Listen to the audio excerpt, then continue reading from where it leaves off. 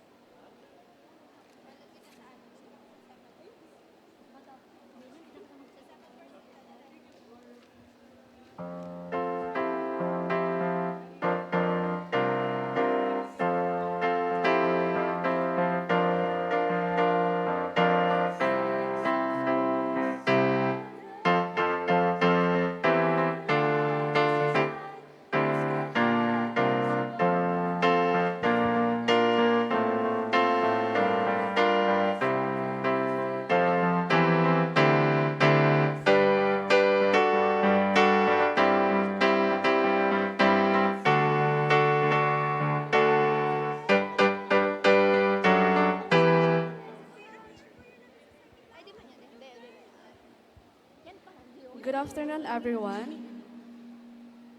Come inside the gymnasium and the mass will start now.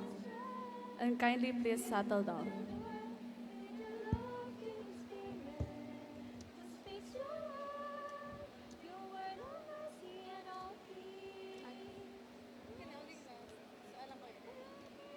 Kinabalik sa car.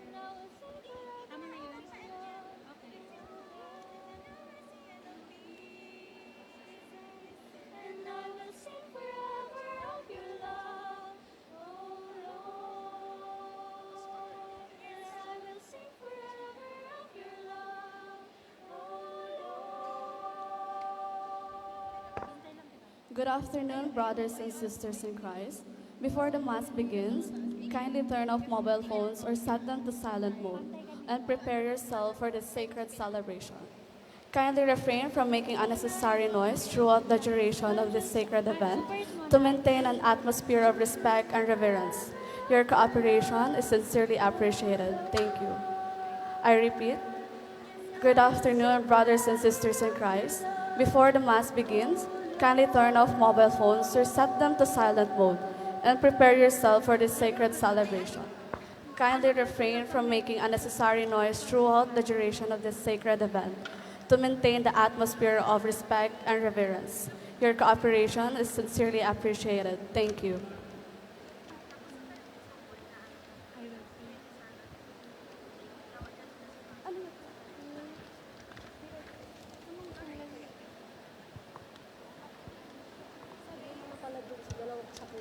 Hanggang, hanggang dili pa?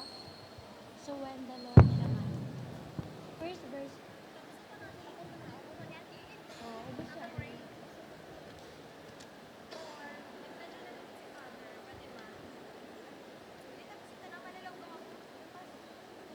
Uy, practice mo tayo. Kaya mo na na-practice mo.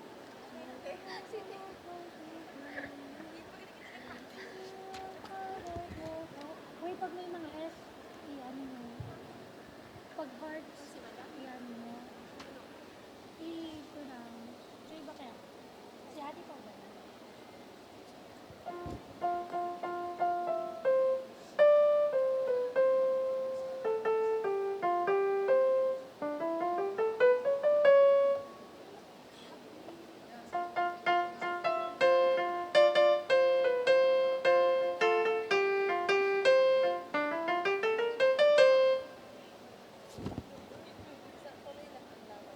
Uy, mag-bye din mo.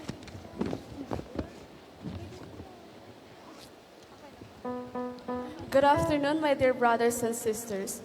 Today we are gathered here to celebrate the 16th capping, pinning, and candlelighting ceremony of Bicol University Polangui Nursing Department. We also dedicate this holy celebration to Batch Valiente who passed the recent PNLE board examination, which by God's grace granted us a 100% passing rate. Joining us today to preside over this Eucharistic celebration, Reverend Father Eugene Oy Floriano. Let us all rise and joyfully start our Holy Mass.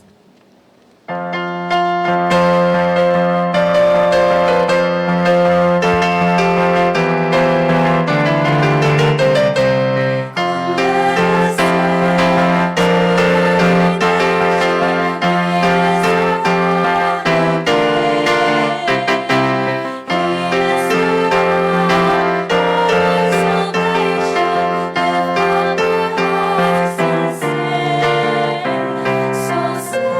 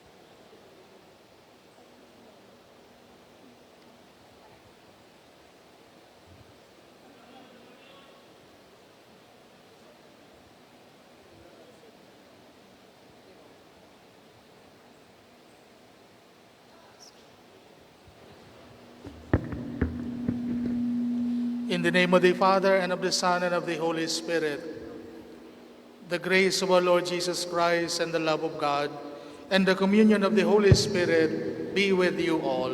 And with your spirit. Brethren, let us acknowledge our sins, and so prepare ourselves to celebrate the sacred mysteries. Altogether, I confess to Almighty God, and to you, my brothers and sisters, that I have greatly sinned in my thoughts and in my words, and what I have done and what I have failed to do.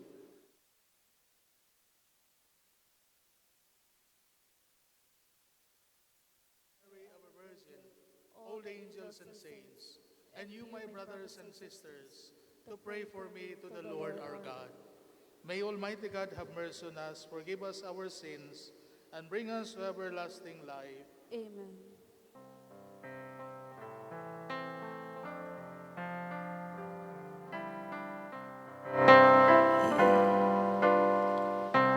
Lord, have mercy. Lord, have mercy. Lord, have mercy. Christ, have mercy. Christ, have mercy.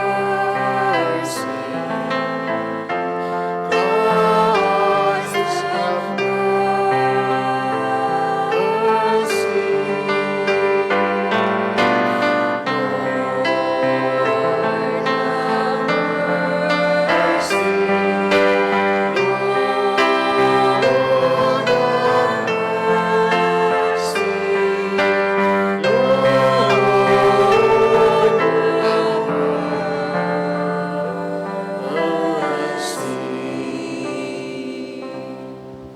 Let us pray.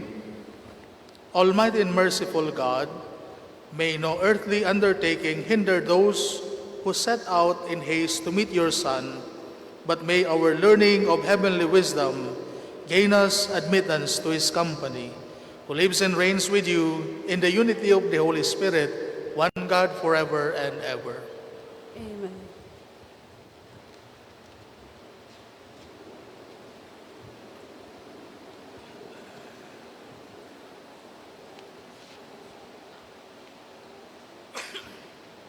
The Liturgy of the Word. To the people who disheartened by the disappointing performance of its ruler, Isaiah presents the vision of a descendant of David, who will promote justice and peace throughout the world. The first reading. A reading from the book of prophet Isaiah. On that day, a shoot shall sprout from the stump of Jesse, and from his roots a bud shall blossom. The Spirit of the Lord shall rest upon him, a spirit of wisdom and of understanding, a spirit of counsel and of strength, a spirit of knowledge and delight shall be the fear of the Lord. Not by the appearance shall the judge, nor by hearsay shall he decide, but he shall judge the poor with justice, and decide aright for the lands afflicted.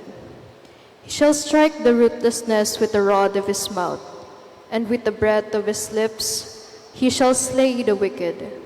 Justice shall be the band around his waist, and faithfulness a belt upon his hips.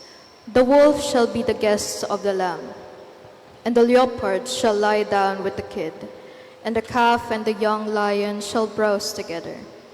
With a little child to guide them, the cow and the bear shall be neighbors. Together their young shall rest, the lion shall eat hay and the ox. The baby shall play by the cobra's den, and the child lay his hands on the adder's lair. There shall be no harm or ruin on all my holy mountain, for the earth shall be filled with the knowledge of the Lord, as the waters covers the sea. On that day, the root of Jesse, set up as a signal of the nations, and the Gentiles shall seek out, for his dwelling shall be glorious. The word of the Lord. Thanks be to God. Responsorial Psalm. Justice shall flourish in his time, and fullness of peace forever. Justice shall flourish in his time, and fullness of peace forever. O God, with your judgment endow the kingdom, and with your justice the king's son. He shall govern your people with justice, and your afflicted ones with judgment. Responsorial. Justice shall flourish in his time, and fullness of peace forever. Justice shall flower in his days, and profound peace, till the moon be no more. May he rule from the sea to sea, and from the river to the ends of the earth. Response. Justice shall flourish in his time, and fullness of peace forever. For he shall rescue the poor man when he cries out, and the afflicted when he has no one to help him. He shall have pity for the lowly, and for the poor, the lives of the poor he shall save. Response. Justice shall flourish in his time, and fullness of peace forever. May his name be blessed forever. As long as the sun, his name shall remain. In him shall all the tribes of the earth be blessed. All the nations shall proclaim his happiness. Response. Justice shall flourish in his time, and fullness of peace forever. About to conclude his letter to the faithful of Rome, the Apostle Paul asked for them a harmonious relationship and mutual acceptance, two virtues that we, too, should practice as we prepare for Christmas. The second reading. A reading from the letter of Paul to the Romans. Brothers and sisters, whatever was written previously was written for our instruction, that by endurance and by the encouragement of the Scriptures we might have hope. May the God of endurance and encouragement grant you to think in harmony with one another, in keeping with Christ Jesus, that with one accord you may with one voice glorify the God and Father of our Lord Jesus Christ. Welcome one another, then as Christ welcomed you, for the glory of God. For I say that Christ became a minister of the circumcised, to show God's truthfulness, to confirm the promises to the patriarchs, but so that the Gentiles might glorify God for his mercy. As it is written, therefore I will praise you among the Gentiles, and sing praises to your name. The word of the Lord. Thanks be to God. We now honor the Holy Gospel.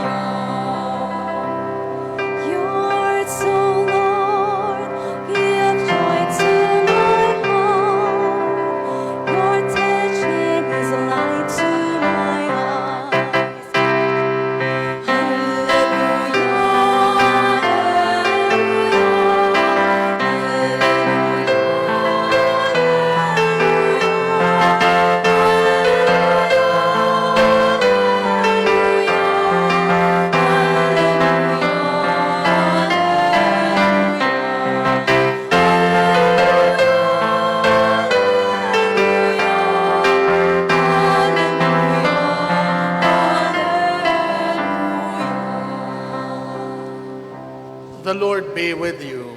And with your spirit. A reading from the Holy Gospel according to St. Matthew. Glory to you, O Lord. John the Baptist appeared, preaching in the desert of Judea, and saying, "Repent, the kingdom of heaven is at hand." It was of him that the prophet Isaiah had spoken when he said, "A voice of one crying out in the desert, Prepare the way of the Lord. Make straight his paths. John wore clothing made of camel's hair and had a leather belt around his waist. His food was locust and wild honey. At that time, Jerusalem, all Judea, and the whole region around the Jordan were going out to him and were being baptized by him in the Jordan River as they acknowledged their sins. When they saw many of the Pharisees and Sadducees coming to his baptism, he said to them, "You brood of vipers, who warned you to flee from the coming wrath? Produce good fruit as evidence of your repentance, and do not presume to say to yourselves, 'We have Abraham as our father.' For I tell you, God can raise up children to Abraham from these stones. Even now the axe lies at the root of the trees. Therefore every tree that does not bear good fruit will be cut down and thrown into the fire. I am baptizing you with water for repentance, but the one who is coming after me is mightier than I. I am not worthy to carry his sandals. He will baptize you with the Holy Spirit and fire. His winnowing fan is in his hand. He will clear his threshing floor and gather his wheat into his barn, but the chaff he will burn with unquenchable fire." The Gospel of the Lord. Praise to you, Lord Jesus Christ. Please be seated. Good noon, my dear brothers and sisters in Christ. Today we are on the second Sunday of Advent. And as we celebrate that second Sunday of Advent, you are also celebrating, or this milestone, the capping and pinning of these nursing students. But first of all, let us reflect the message of God from the readings that we have heard today, so that you may be inspired by the wisdom of God. The first reading, coming from the book of the prophet Isaiah, we have heard that the prophet said that there will be a root from Jesse that will lead Israel with wisdom, so that justice will flourish and peace will be flourishing too. My dear friends, we know that wisdom is very important in our lives. But then, let me bring you to this modern days. Today we have that so-called artificial intelligence.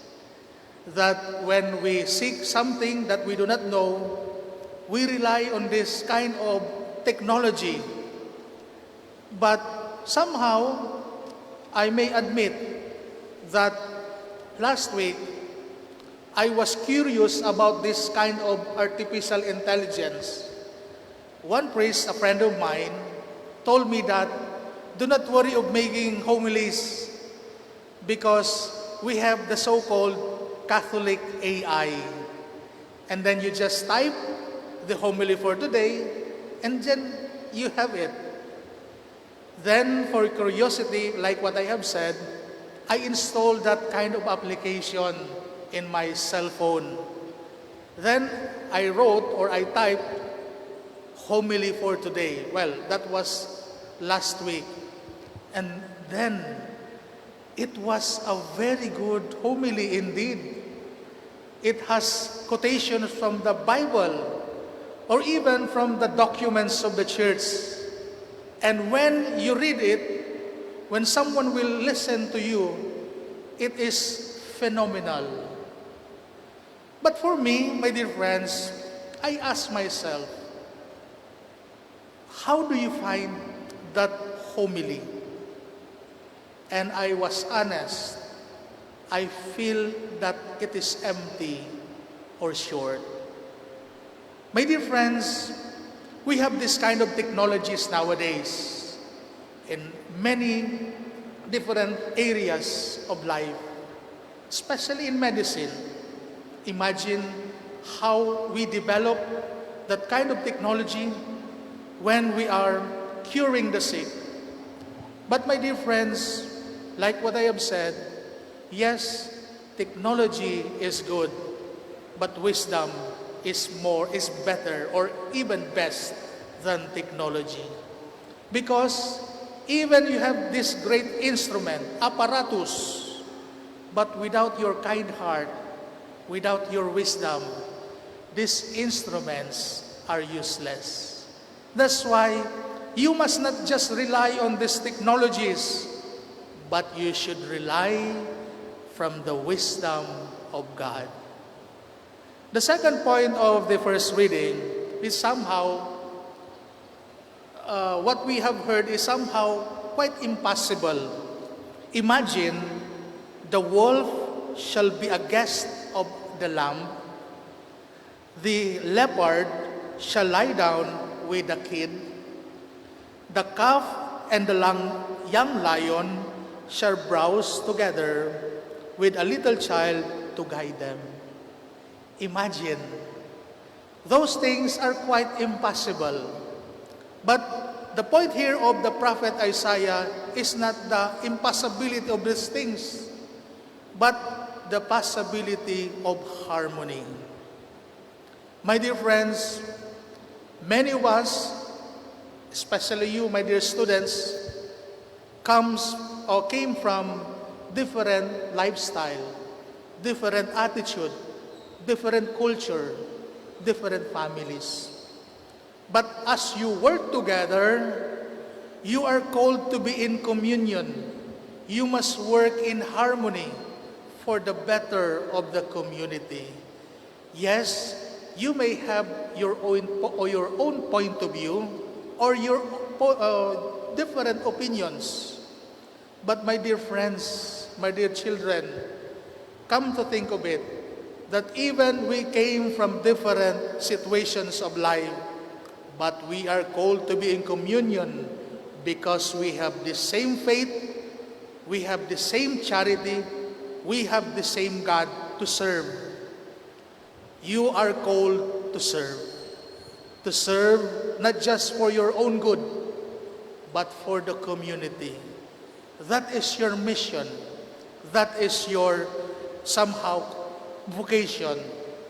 God is calling you to that certain place to glorify Him. The second reading, taken from the letter of St. Paul to the Romans, St. Paul said that there are two important things, two important virtues that you may have, especially you, my dear young children, that you may possess patient endurance and encouragement. I know that your work, especially you are now working in your OJT, your work is tough. It's hard. And you will find difficult situation in your OJT. But then, St. Paul reminds us that you may have patient endurance. Because in that way, even you feel tired, even you feel helpless, you will say, Lord, I can do it because I know that you are with me. I will stay in the game because I know I am not alone. I know that I can overcome all the difficulties and challenges in my life. That's why, my dear friends, remember this. As you begin your journey and your mission, your work, your profession, you must always take that patient endurance in your life. The second one, it's about encouragement. A people or a person who feel alone is a loser. A person who does not have any shoulder to lean on is a hopeless person. That's why, my dear friends, you are encouraged to give encouragement to each one of you. I know life is tough, but when there is someone who will encourage you, you will have that hope. You will have that glimpse of success in your life. That's why you must not just focus on yourselves, but focus on others. Work as a team. Encourage one another. Because if you are selfish, you will feel alone and you feel like an island without nothing at all. Encourage one another. Yes, you may fall in your way. Yes, you may fail. But then when someone encourages you, when someone give you shoulder to lean on, when you have someone, an ear to who can listen to you, then that's the time that you can say, Lord, I failed, but it is not the end. I will stand up because I am not working in this journey alone. I have my friends. I have my colleagues. That's why that is important for you, my dear young professional, so that you can always seek the help of one another and, of course, be a gift of help to one another. The gospel reading for today speaks about the figure of Saint John the Baptist. Saint John the Baptist was the prophecy of Isaiah, the voice crying out in the desert, prepare the way of the Lord. But then, the whole Judea, the whole region of Jerusalem, the places nearby or surrounding the Jordan River, they were coming to John the Baptist to get baptized and then repent their sins. But somehow, when John the Baptist saw the Sadducees, the Pharisees, he addressed them as a brood of vipers. Why? Because they know, or St. John know, that these Sadducees and Pharisees were there just to show the people that they are baptized also. My dear friends, our faith is not just about rituals. Our faith is not about just gestures. Our faith is something that is inside of us. It is the love and personal relationship with our God. And you, as I address you, my dear nursing students, it is not just about your gestures to your patients.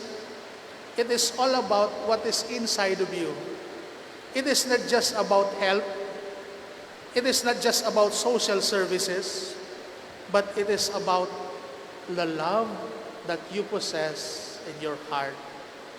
You are there not just to be a shoulder to lean on. You are there in the hospitals, in the rural health units. You will be there as a co-journeyer who loves someone who is suffering, who is in need.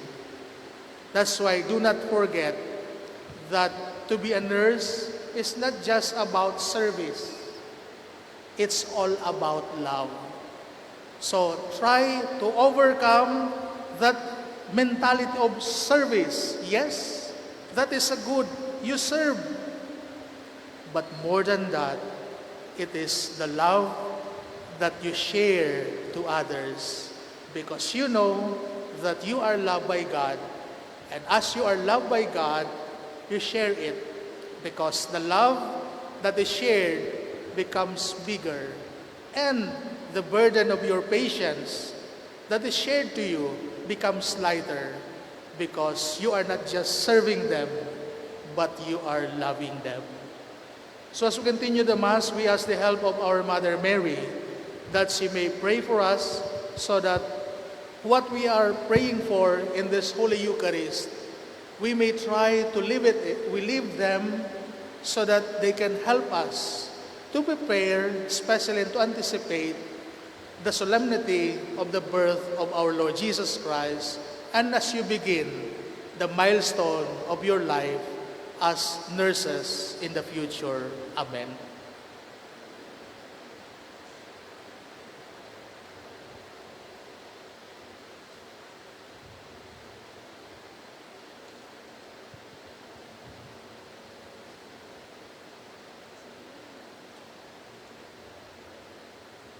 We all rise.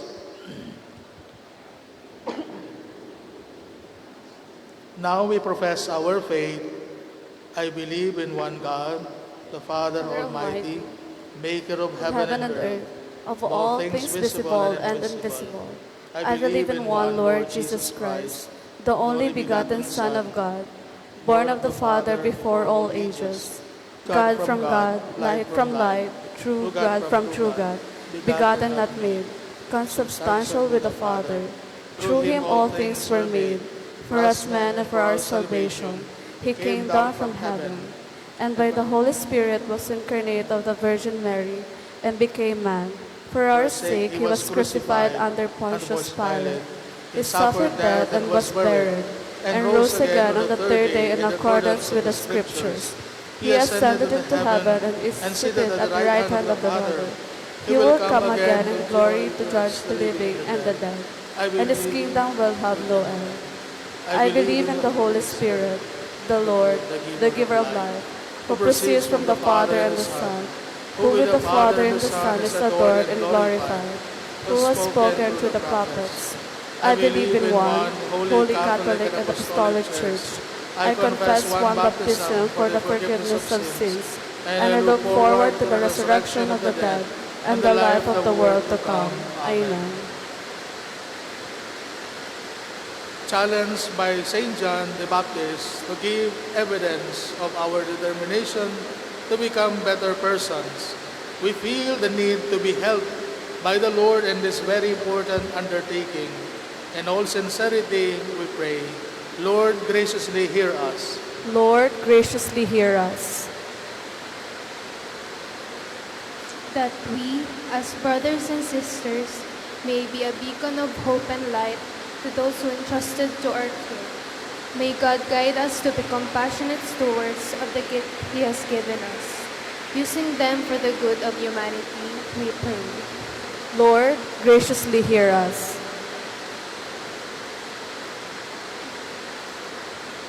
That this batch of student nurses may remain committed to discipline, ethics, and the pure desire to be in the hands of Christ. May we offer goodwill to those who struggle and bring healing, comfort, and hope to those who are ill or suffering in silence. Through Christ's aid, may our care be a channel of His healing presence, we pray. Lord, graciously hear us. For all the professors and clinical instructors, they may be blessed with the wisdom to guide their students in the pursuit of knowledge. Grant them happiness and preserve them from contagion, we pray. Lord, graciously hear us.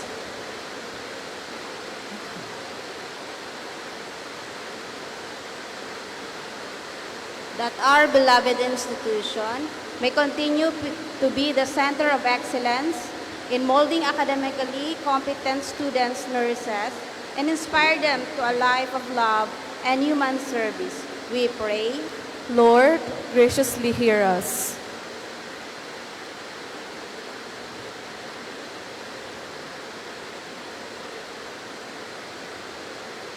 For our parents and guardians, that they may be blessed with strength and a hunger for a life of goodness, so that they may taste true happiness. In His loving kindness, give them long lives and keep them well in body and spirit, so that they may one day reap the fruit of their hard work. We pray that as we celebrate the Advent season, we may repent of our sins and together, as one family, bring ourselves closer to the Lord.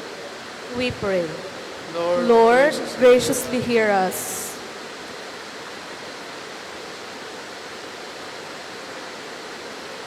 For all the departed relatives and friends who are not here today, may they take their place in the new creation where all tears are wiped away. May we derive comfort and inspiration from remembering them, their goodness, and the blessings they brought into our lives. Lord, hear our prayer, we pray. Lord, graciously hear us. God our Father, source of all goodness, purify our intentions and strengthen our hearts, that all that we do in this Advent season may be in your greater glory and the greater good of all our communities. We ask this through Christ our Lord. The Liturgy of the Eucharist. Please be seated.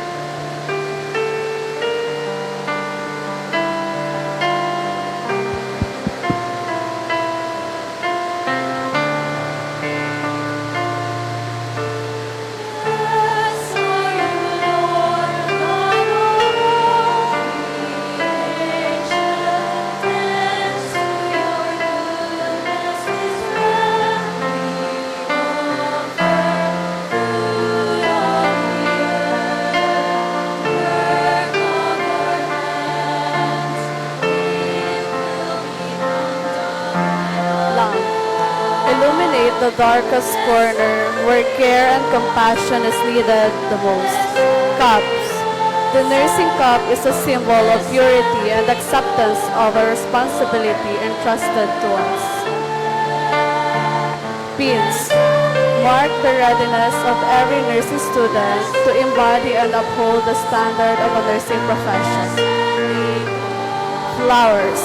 Symbolizes the ever-blossoming art of nursing, reflecting the beauty, grace, and continuous growth of our profession as we strive to deepen our competence, uphold our fidelity to the calling of service, and flourish in our commitment to compassionate care. Eggs represent the meaningful rewards that arise from our hard work and dedication, symbolizing the nourishment, strength, and fulfillment we provide to those entrusted to us, as well as the personal and professional growth we harvest through our unwavering service. Candles stand for light of Christ, hope, prayer, and devotion. Their steady flame is a symbol of guidance, comfort, and the presence of God, quietly carrying our intentions, prayer, and care even after the moment of offering has passed. Tokens represents our profound gratitude for all the blessings we receive in life, whether they are quiet successes or grand victories that grace our journey. Bread represents sustenance, sharing, and the body of Christ. It is a symbol of nourishment for both body and spirit, of generosity and the care that binds community together, reflecting the simple yet profound act of giving and sustaining love. Wine. It represents the joys and triumphs we celebrate, honoring how far we've come and our dream for the future.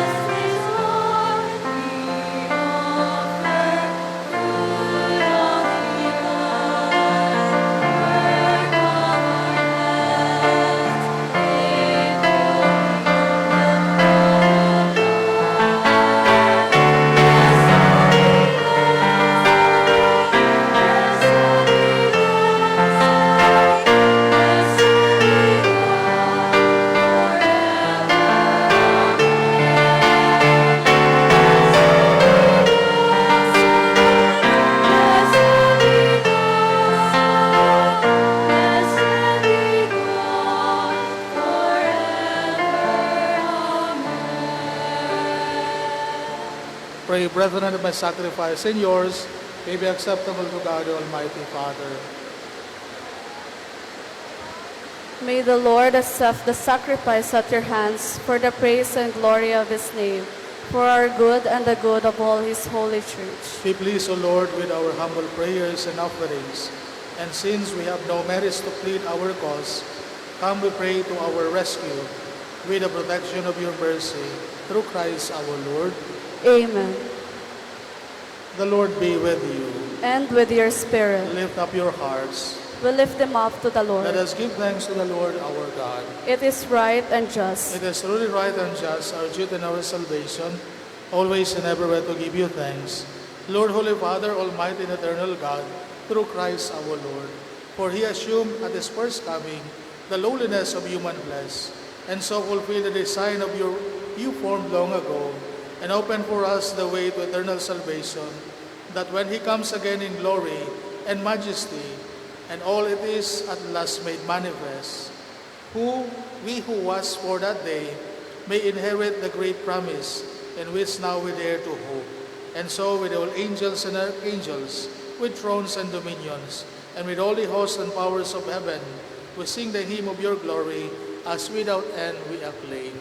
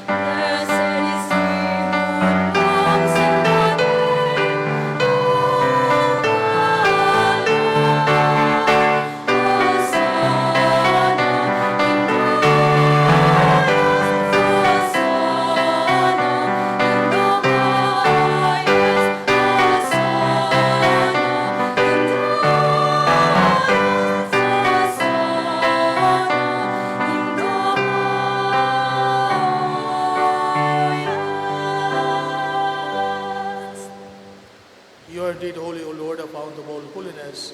Make holy therefore these gifts, we pray, by sending down your Spirit upon them like the dewfall, so that they may become for us the body and blood of our Lord Jesus Christ. At the time he was betrayed and entered willingly into his passion, he took bread, and giving thanks, broke it and gave it to his disciples, saying, Take this, all of you, and eat of it, for this is my body, which will be given up for you.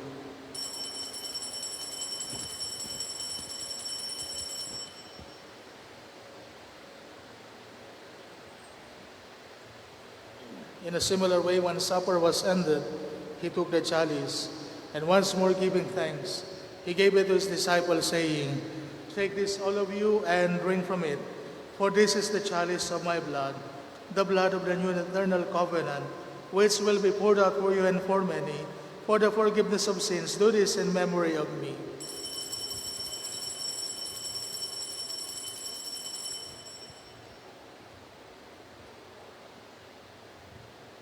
The mystery of faith.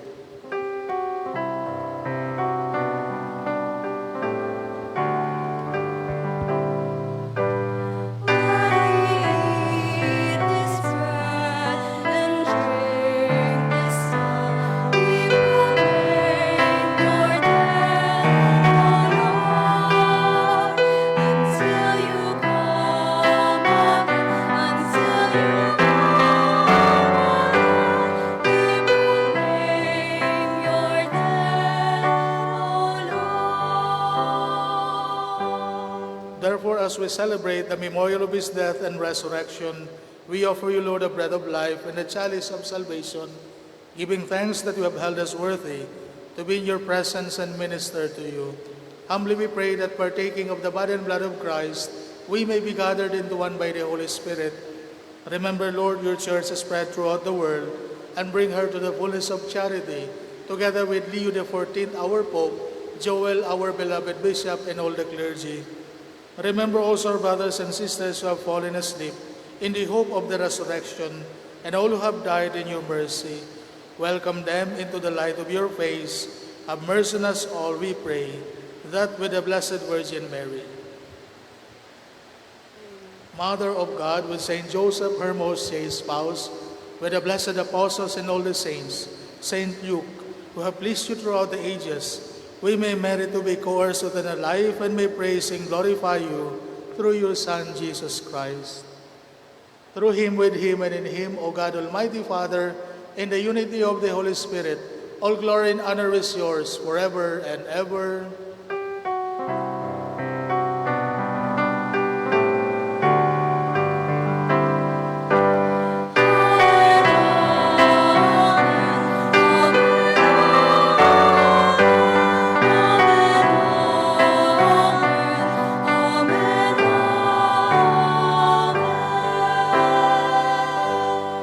At the Savior's command and formed by divine teaching, we dare to pray.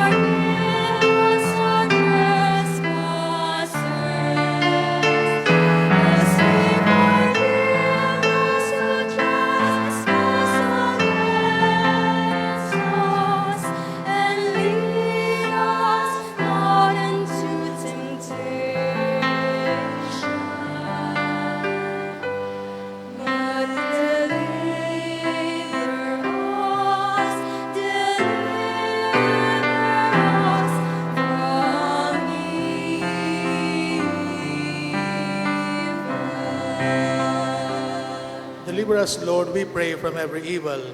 Graciously grant peace in our days, that by the help of your mercy, we may be always free from sin and safe from all distress, as we await the blessed hope and the coming of our Savior, Jesus Christ.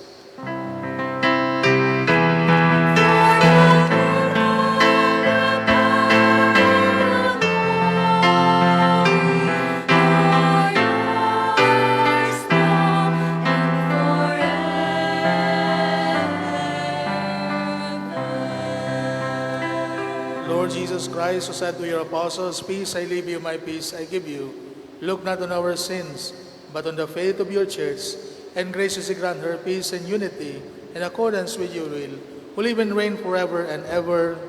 Amen. The peace of the Lord be with you always. And with your spirit. Let us offer each other the sign of peace. Peace be with you. Peace be with you.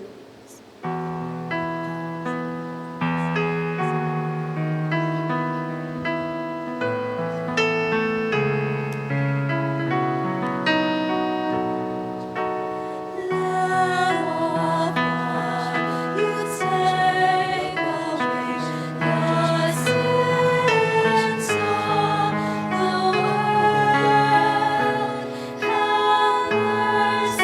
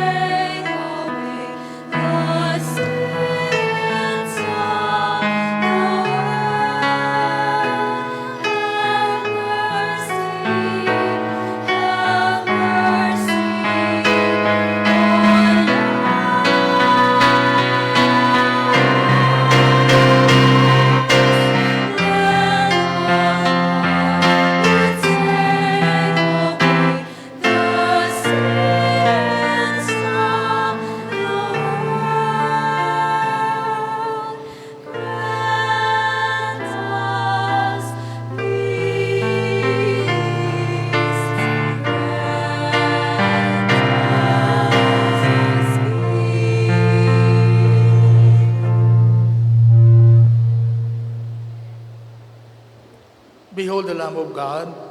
Behold him who takes away the sins of the world. Happy are those called to the supper of the Lamb.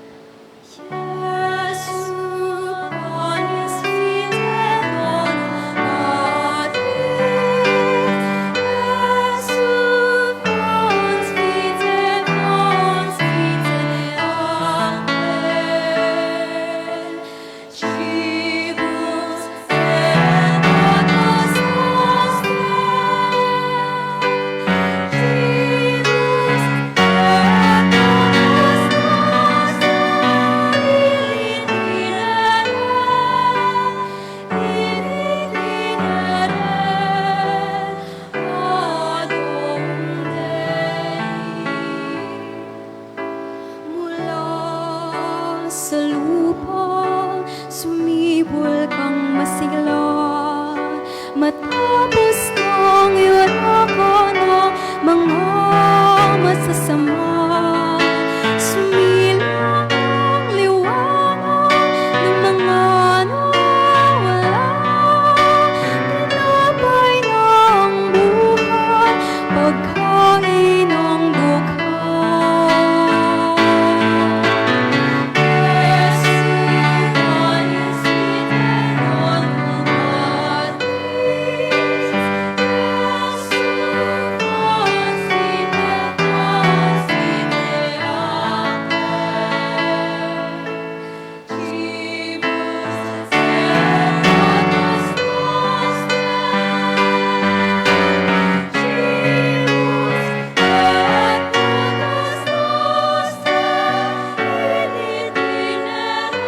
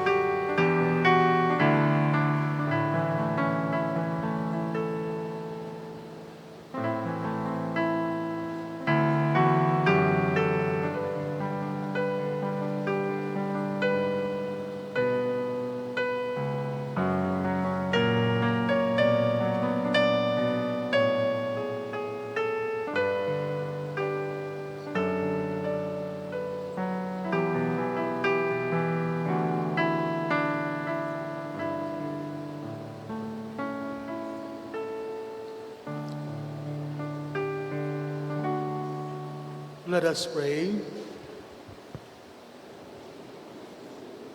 Amen. Replenished by the food of spiritual nourishment, we humbly beseech you, O Lord, that through our partaking in these mysteries, you may teach us to judge wisely the things of earth and hold firm to the things of heaven, through Christ our Lord. Amen. Now we will bless the cups and pins. Our help is in the name of the Lord, Who made heaven and earth. Let us pray. Lord, we beg you to bless these efforts of your children. We ask you to bless these cups and pins. Guide their hands, their minds, and their hearts in the care of those in need. Grant them the strength to live holy lives, extending kindness and compassion to those in need, and may their action reflect your grace and bring your glory in the name of Jesus, our Lord. Amen.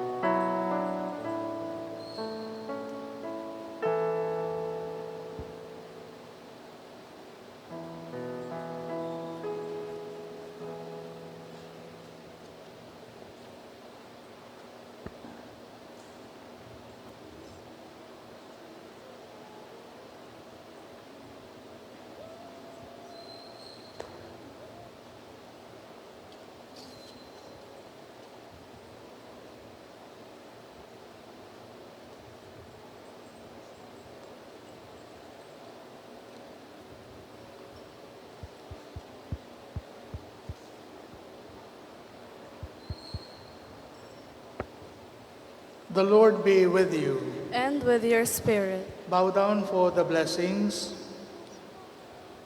May Almighty God strengthen and purify you with His forgiveness. Amen. May He fill you with His consolation and hope in the season of preparation for Christmas. Amen. May God make you steadfast in faith, joyful in hope, and untiring in love all the days of your life. Amen. And may Almighty God bless you all, the Father, the Son, and the Holy Spirit. Amen. Go forth, the Mass is ended. Thanks be to God.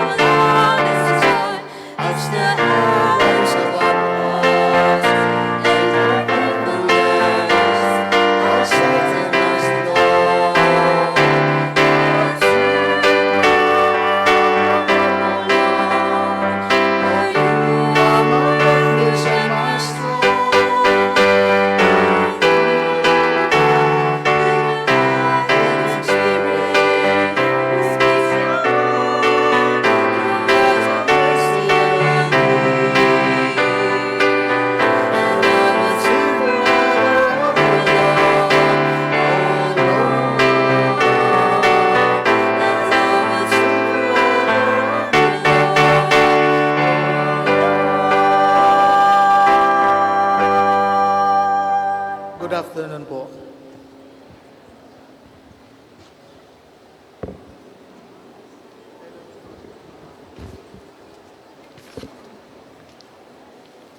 You may now be seated. On behalf of the administration and the entire Bicol University Polangui Nursing Department, we extend our heartfelt thanks to our Mass celebrant, Reverend Father Eugene Oy Floriano, for leading us in this meaningful Eucharistic celebration. May you continue to be an instrument of God's grace and guidance in the lives of the youth. Now, before we formally begin the capping, pinning, and candlelighting ceremony, we will be having a 30-minute break to allow everyone time to refresh and prepare. Please be guided accordingly, and we look forward to welcoming you back here for the start of the processionals.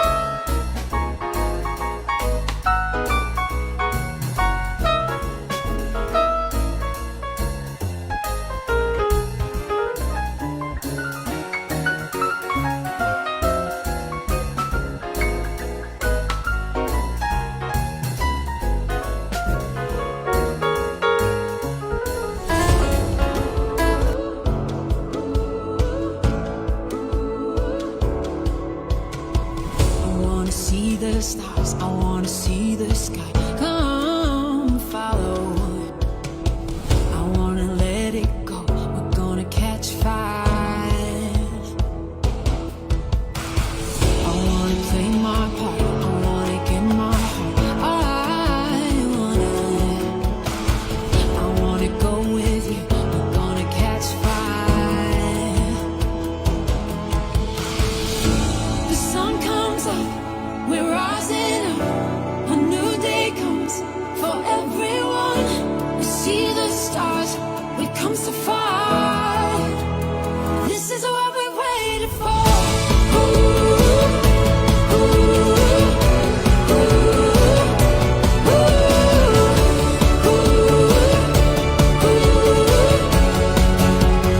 This is what we waited for.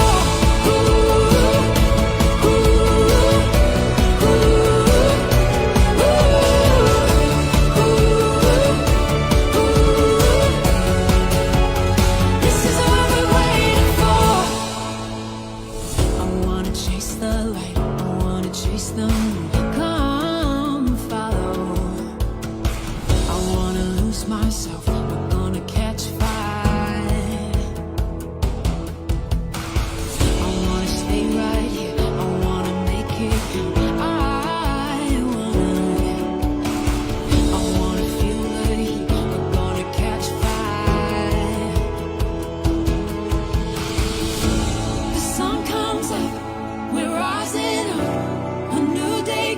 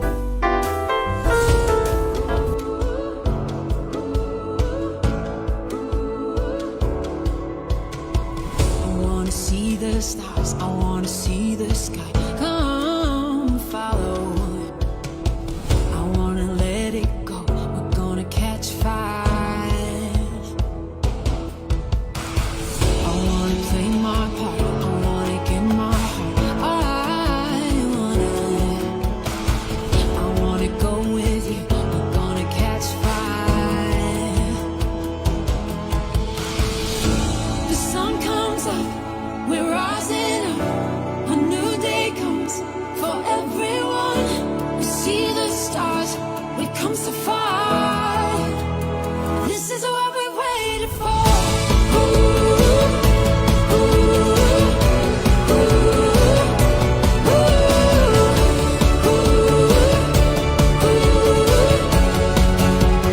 This is what we waited for.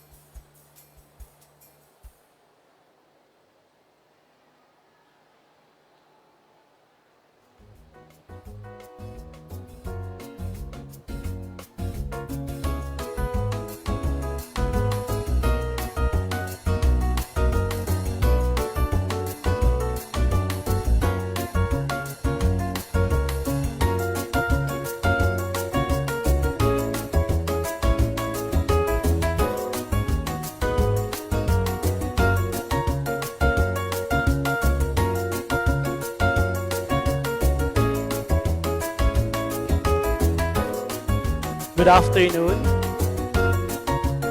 May I request all our nursing students to please prepare for the academic procession.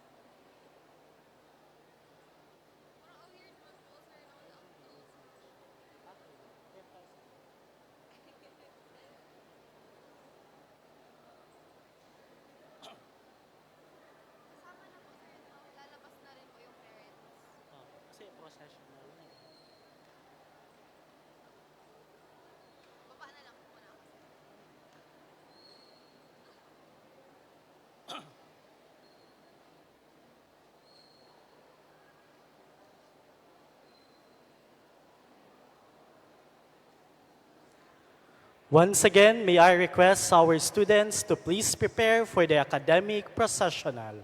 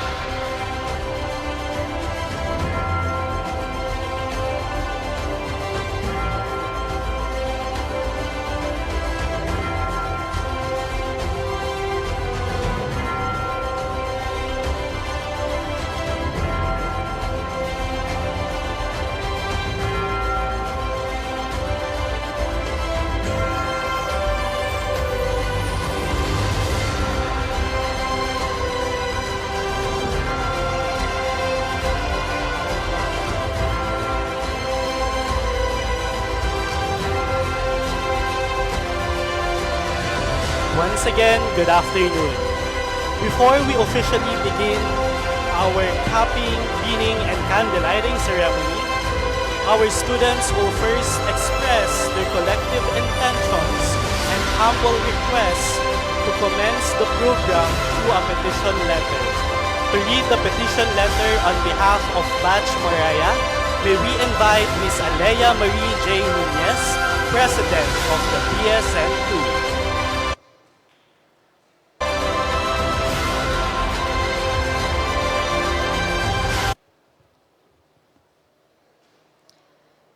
To Dr. Babyboy Benjamin Nebres III, SUC President 4 of Bicol University. Petition to hold the 16th capping and pinning ceremony. Dear Dr. Nebres, greetings of respect and goodwill. We, the Bachelor of Science in Nursing Level 2 students of Bicol University Polangui, humbly and respectfully petition for the university's approval to host and open the 16th capping, pinning, and candle lighting ceremony of the nursing department. This event holds great significance for us as it symbolizes our transition from aspiring students to dedicated nursing trainees committed to upholding the values of compassion, service, and excellence in the field of healthcare. It marks an important milestone in our academic journey and serves as a tribute to our perseverance, discipline, and dedication to the nursing profession. The ceremony also bears deep meaning for our faculty members, honored guests from hospital and partner institutions, as well as our parents and loved ones whose continuous support and guidance have been instrumental in our growth. It is a shared moment of pride and recognition for the collective efforts that brought us to this pivotal stage. In light of this, we earnestly seek the support and approval of the university administration to hold this historic and meaningful ceremony at Bicol University Polangui campus. We assure you that the event will be conducted with utmost respect, order, and adherence to the university's standards of excellence and integrity. With your kind consideration and support, we are confident that this event will become a memorable celebration of our hard work, sacrifices, and commitment to serve others as future healthcare professionals. We sincerely hope that this petition will be granted. Sincerely, BU Polangui BSN Level 2, Batch Mariah. Prepared by Alea Marie J. Nunez, Level 2 President. Noted by Ma'am Christine Genevieve B. Rivera, MAN, Level 2 Focal Person. Recommending approval, Dr. Artemio Jerome S. Rivera Jr., Chairperson of the Nursing Department, and Dr. Mary Joy B. Katangi, Dean of Bicol University Polangui. Approved by Dr. Babyboy Benjamin Nebres III, SUC President 4 of Bicol University. Thank you. Thank you, Ms. Alea Nunez.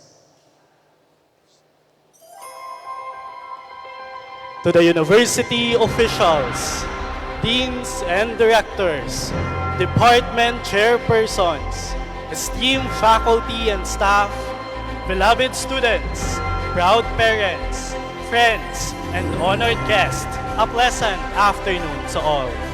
Welcome to the 16th capping, pinning, and candlelighting ceremony, a momentous occasion held to honor the dedication, perseverance, and unfolding professional journey of Batch Mariah.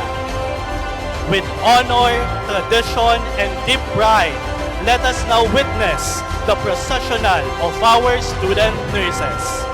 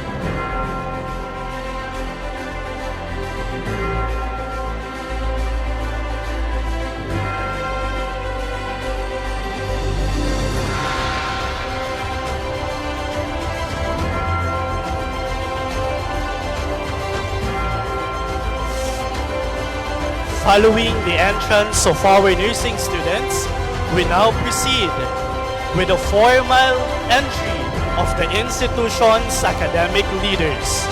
At this moment, may I invite everyone to remain standing as we welcome the processional of the Bicol University Polangui officials and honored guests.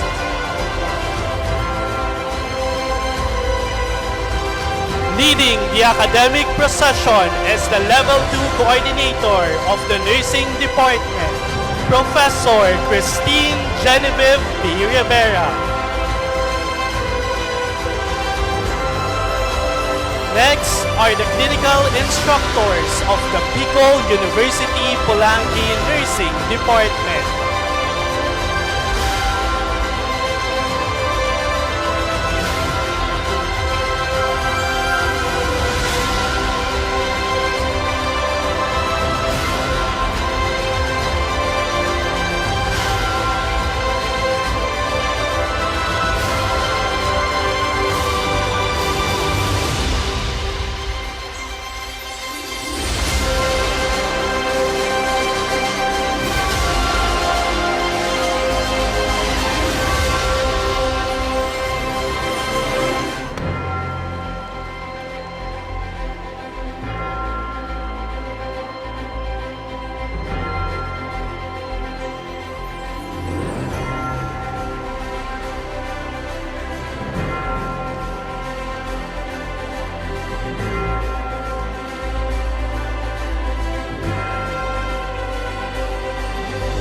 Also in line is our regular faculty members and coordinators.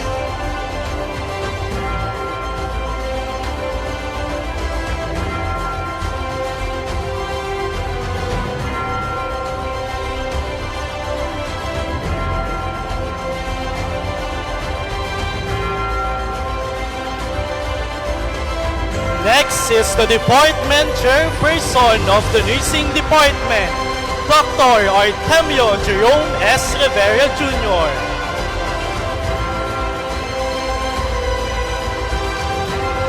Next in line is our one and only Dean, Dr. Mary Joy P. Katangi.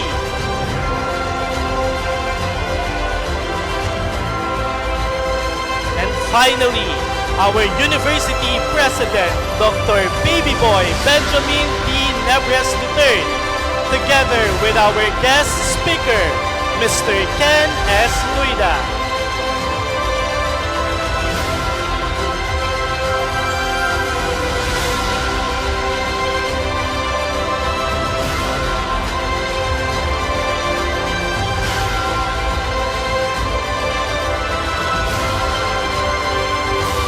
I request everyone to please remain standing for the singing of the Philippine National Anthem.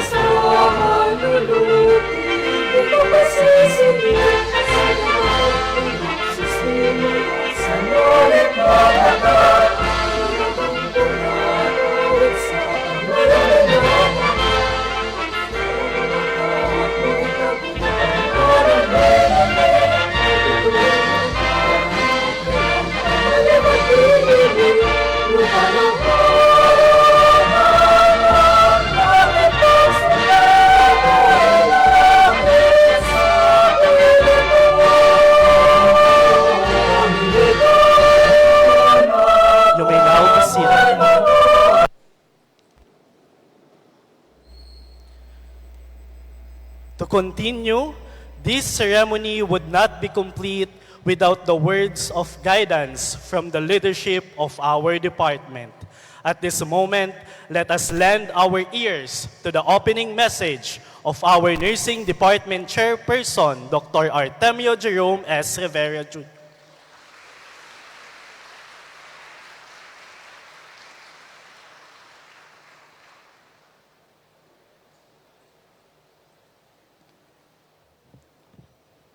Thank you, Sir Marvin Villacruz.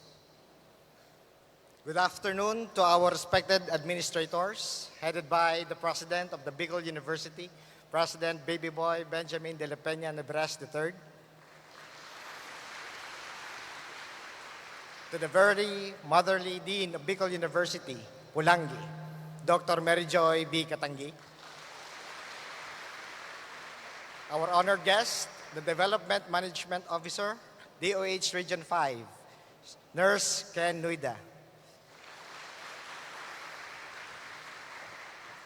Dedicated faculty members, clinical instructors, proud parents and families, and most especially to our beloved second-year nursing students. Welcome to the 16th capping and pinning ceremony of the Nursing Department, Bicol University, Polangui. The capping and pinning ceremony is a cherished rite of passage, one that every nursing student dreams of. The cap, pin, and candle you will receive today symbolize more than tradition. They represent your responsibility to humanity and your commitment to becoming the comforting presence, an angel in every sick room that the patient look for in their most vulnerable moments. The cap placed on your heads is not merely a piece of cloth. It embodies compassion, courage, and promise that you will care for others with dignity and respect. The pin over your heart signifies your calling, your purpose. From this day forward, you are no longer just a student. You are healers in training. Every patient you will meet someday will depend on the skills of your hands and kindness of your heart. As you receive your caps and pins, remember that you are stepping into a legacy. Our department stands proudly as the top 1 performing nursing school in the Philippines. A recognition built through years of dedication, mentorship, and unwavering commitment to excellence. Today, you become part of that legacy, carrying the honor and the responsibility of upholding the standards that brought us to the very top. This milestone would never be possible without the love and support and guidance of your parents and guardians. They are the ones who believe in you when you doubted yourselves. They are the one who stayed 24/7 duty, meeting your needs, watching over you as you prepare for examinations, and encouraging you through every clinical duty. To them, we offer our deepest gratitude. To our faculty, clinical instructors of the Bicol University Administration, thank you for shaping these hearts and minds. Your guidance, discipline, and compassion ensure that our department continues to produce not only competent nurses, but exceptional ones. As we begin this ceremony, may each student be reminded that this is only the beginning. Ahead lies a future filled with challenges, but also with profound purpose, impact, and fulfillment. And as part of the top-performing nursing school in the country, we know you are now ready. Congratulations, Batch Maraya. Wear caps and pins with pride. Today marks the beginning of your journey towards becoming remarkable, compassionate, world-class nurses. Diyos mabalos po sa Indogabos. Thank you so much, Dr. Rivera, for that inspiring message. As we move forward, we now turn to one of the most meaningful parts of today's ceremony, an understanding of the symbols that define the identity, values, and tradition of the nursing profession. To expound on the nursing symbols, may we call on Professor Bernardita C. Vivar.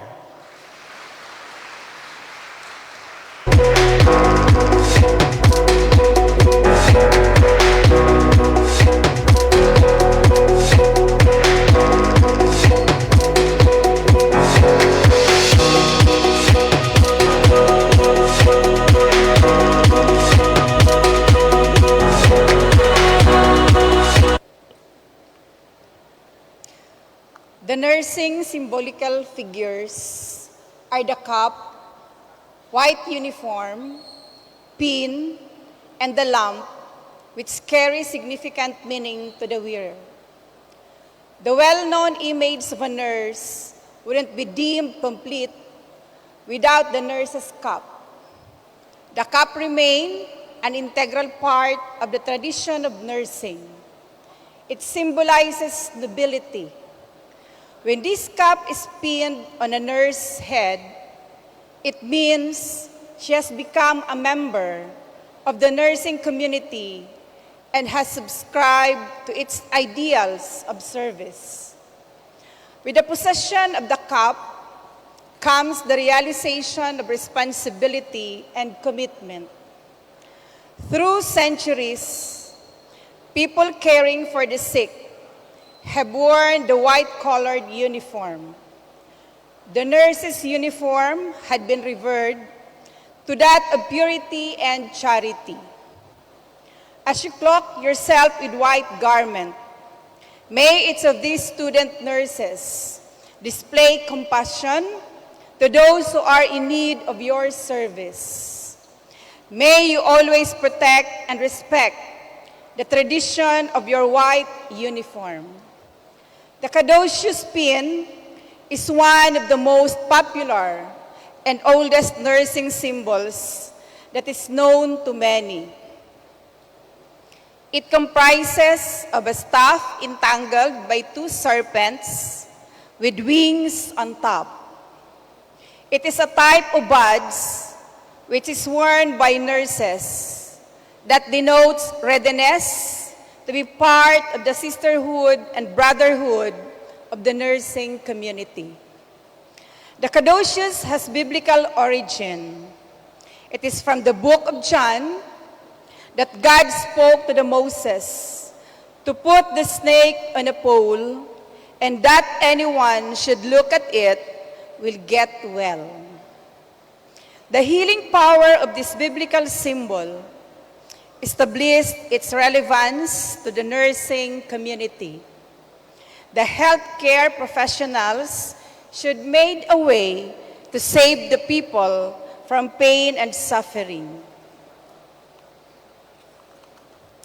The symbolism of oil lamp from ancient beginnings is well documented in nursing history. The lamp denotes nursing customs of devotion and selfless work. The light of the lamp shall serve as guide that will take you to the path of your calling, caring, and healing. Therefore, we should be proud that we are part of this tradition. Let us never forget the meaning of our cup, pin, and lamp. Wear it proudly and with dignity. This shall make you remember of the magnificent spirit of this noble profession. Finally, the nursing symbols will not be complete without the mother of modern nursing, Florence Nightingale. The devotion and selfless aspects among nurses are demonstrated by Florence Nightingale. She served the wounded soldiers during the Crimean War, which lasted for 3 years, from 1853 to 1856. Faced with this daunting task, Nightingale implemented some concepts that are at the core of nursing practice to this day. Nightingale did the infection control, by cleaning the entire hospital from top to bottom and requiring proper hygiene. This is incredible because at the time, microbes and the chain of infection was not yet known. To promote self-care, Nightingale encouraged patients to do things for themselves in order to gain independence and promote healing. She made rounds at night with her lamp, talking to and assessing the condition of her patients. Nursing assessments are the core of nursing, and all nursing actions are based on them. With that in mind, it's only fitting that her habit of making assessment rounds was the reason why the soldiers nicknamed her the Lady with the Lamp. Then, during her rounds, Nightingale talked to her patients, offering them empathy and compassion. In their moment of despair, she also ministered to patients who were dying, bringing them comfort in their last hour. And lastly, she proposed reforms for military hospitals operating under poor conditions. The foundations of nursing practice across the world were pioneered by the greatest figure in nursing history, Florence Nightingale. She helped to define nursing practice by suggesting that nurses need to know all about the disease process. They needed to know how to care for a patient through environment, helping the patient deal with symptoms and changes in function related to illness. Ladies and gentlemen, let us give a round of applause to the modern icon of Florence Nightingale. Let whoever is in charge keep this simple question on her head, not how can I always do this right thing myself, but how can I provide for this right thing to be always done by Florence Nightingale. In the heart of Bicol, a nurse was born with a calling to serve. On October 2, 1991, in Ligao City, she began a journey that would weave together compassion, resilience, and skill. Guided by faith and a deep sense of responsibility, she pursued her education at Polangui General Comprehensive High School in the year 2004 to 2008, and later earned her Bachelor of Science in Nursing at Bicol University, Polangui Campus from 2008 to 2012. Her professional path reflects the spirit of service that Nightingale herself championed. Beginning as a nurse job order to the Health Emergency Management Staff from 2015 to 2017, she stood at the front line of emergencies, preparing herself for greater challenges ahead. When the world faced the COVID-19 pandemic, she answered the call as a staff nurse in the COVID ward in the year 2020 to 2021, embodying courage and dedication in the most trying of times. Her expertise flourished in the coronary care unit of the Bicol Regional Hospital and Medical Center from 2017 to 2025, where she cared for patients with critical cardiac conditions.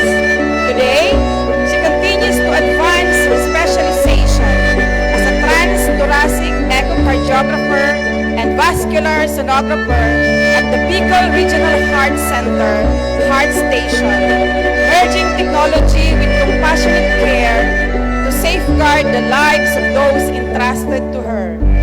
Her journey is marked by rigorous training, basic and advanced cardiac life support, emergency medical technician basic, ambulance officership, mass casualty facility management, intravenous therapy, and specialized certification in vascular sonography and transthoracic echocardiography. Its training reflects commitment to excellence and preparedness, ensuring that she is always ready to respond with skill and precision. Beyond her clinical work, she is an active member of professional societies, including the Philippine Society of Vascular Medicine, Philippine Society of Echocardiography, Philippine Nurses Association, and the Critical Care Nurses Association of the Philippines Incorporated. Her affiliations demonstrate her dedication not only to practice but also to the advancement of nursing knowledge and collaboration. Her honors passing the licensure exam in nursing, excelling in vascular sonography, being recognized for the best undergraduate thesis, and serving as the Sangguniang Kabataan Scholar and Kagawad from year 2008 to 2012 reveal a life of achievement grounded in service to both professional and community. Like Florence Nightingale, she embodies the belief that nursing is not merely a profession but a calling. Her story is one of the steadfast devotion, continuous learning, and an unwavering commitment to the health and dignity of every patient she serves. Please welcome the Florence Nightingale 2025, Miss Rica May Tibor.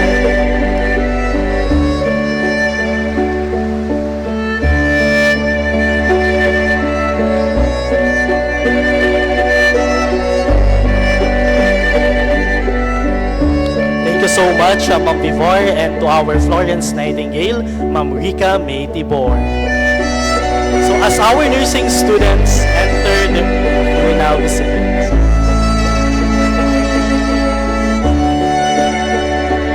As our nursing students enter their clinical journey, we recognize their dedication and readiness to embrace the noble calling of the profession. To present the candidates for this capping, pinning, and candlelighting ceremony, may we call on the Dean of Bicol University, Polangui, Dr. Mary Joy B. Katangi. This will be followed by the confirmation message by our University President, Dr. Babyboy Benjamin D. Nebres III.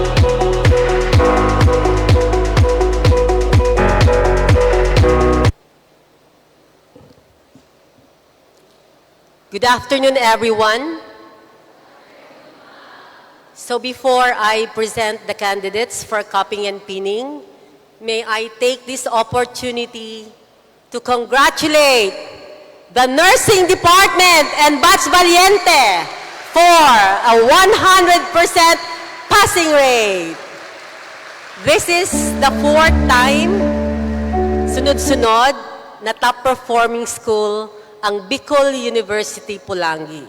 So, Batch Maraya, sana di kang mumaraya, ano? Okay, Batch Maraya, di nyo to nakakalimutan, palagi ko tong tinatanong, ano? So, what is your commitment?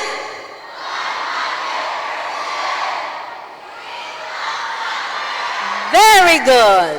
Ayan. Promise yan. Okay. So, Mr. President, I have the honor to present to you 35 males and 124 females, a total of 159 Bachelor of Science in Nursing second-year students. They have satisfactorily complied with all the requirements as candidates for cupping, pinning, and candle lighting ceremony for your confirmation.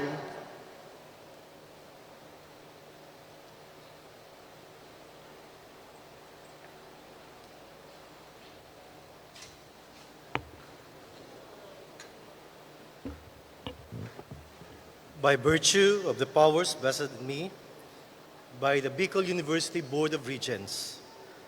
As President, I hereby confirm the 159 members of Batch 2025, 34 of whom are males and 125 of whom are female, from Bicol University, Polangui Nursing, as ready for their clinical apprenticeship of related learning experience. Congratulations.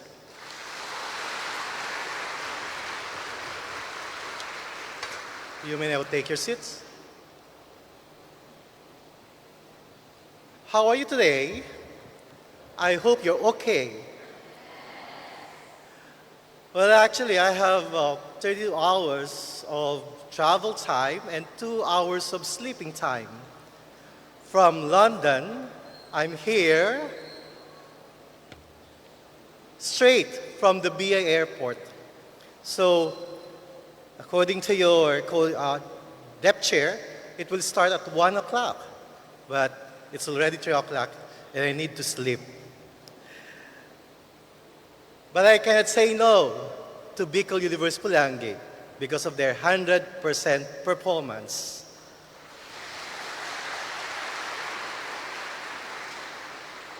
To our dynamic dean, nakuha ko na ba yung paging English speaker, Dr. Mary Joy B. Katangi, and to the associate dean, to the department's chairperson, Sir Artemio Rivera, to our guests of honor, he will be introduced later. He is one of my batchmates here when I entered Bicol University Polangui. To our dear parents and relatives, friends, significant others who are here. To our dedicated BUNyo nursing students, marahay na hapon po sa Indogabos. Marahay na hapon. Today marks a profound milestone, not just in your academic journey, but in your calling to serve the humanity. The capping and pinning ceremony is more than tradition. It is a rite of passage that symbolizes the readiness to embrace the values of compassion, competence, and commitment, and define the nursing profession. As President of Bicol University, I stand before you with immense pride. You represent the heart of our mission to produce graduates who are not only skilled, but also deeply rooted in service and integrity. You have proven the time and again, especially with your outstanding performance in the licensure examination. And I hope your batch will bring the same torch that is being carried by our alumni. Kaya po ba? Mahina. Kaya po ba? Yan. Pinasok nyo yan, ha? Panindigan nyo. Ang sabi ko sa depth chair ninyo, total meron naman na kayong 3 years of straight, 100%. Panahon na para 4 years. Panahon na para magbagsak. I'm giving them the license for you to fail the students who are not qualified. Nasa inyo yan.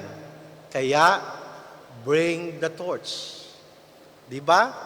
Grabe ang, sabi natin dito, ang expectation sa inyo. Kaya, isa lang pakiusap ko, my dear nursing student.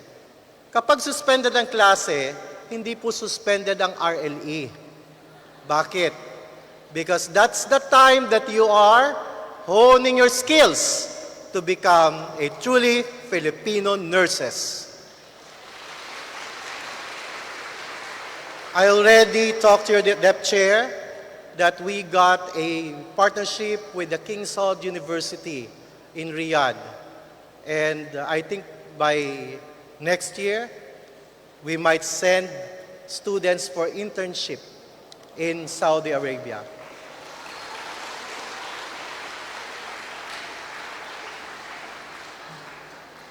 Your training has been rigorous, your sacrifices is real, and your growth is undeniable. And now, with your cups and pins, you wear the emblem of trust, the trust that patients will place in your hands, and trust that our beloved Bicol University places in your distinctive character. Let this ceremony remind you that nursing is not just a career, but a covenant to care for the vulnerable, to advocate for the voiceless, and to uphold dignity in every bedside encounter. Whether in hospitals, communities, or global health missions, your presence will matter. Your touch will heal. Your voice will comfort. To our dear faculty and clinical mentors, thank you for shaping these future nurses with excellence and empathy as they are ready to face the realities of clinical apprenticeship. And to our dear students, soon to be professional, I urge you to carry the Bicol University spirit whether you go, grounded, globally guided by the pillars of scholarship, leadership, service, and above all, character. To our dear parents and guardians, thank you for your unwavering support. Our dear candidates, let us be reminded that Bicol University is a university for humanity towards sustainable societies. Your care, your love, your tender is what the other countries are looking for, and even our own families. Congratulations, dear students. May your caps be worn with honor and your pins shine with purpose. Mabuhay ang ating mga future nurses. Padagos po mga kapwa Kubiwenyos. Diyos ang magbalo sa gabos.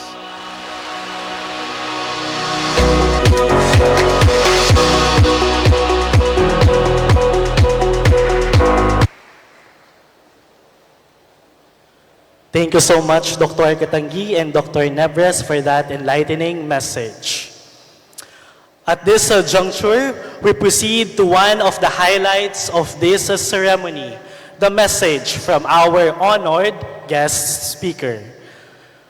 This afternoon, we are honored to introduce a distinguished public health professional whose career reflects service, leadership, and unwavering commitment to advancing community health in the Bicol region. Our speaker currently serves as the Development Management Officer at the Department of Health, Bicol Center for Health Development. In this role, he provides vital technical assistance to local government units, ensuring effective management of local health systems, supporting capacity building initiatives, guiding policy implementation, and helping strengthen the health service delivery in line with the Universal Healthcare Act. Before this role, he also served as Nurse 5 at the Regional Epidemiology and Surveillance Unit, where he was actively involved in disease surveillance, outbreak investigation, data analysis, and the crafting of public health policies and guidelines. He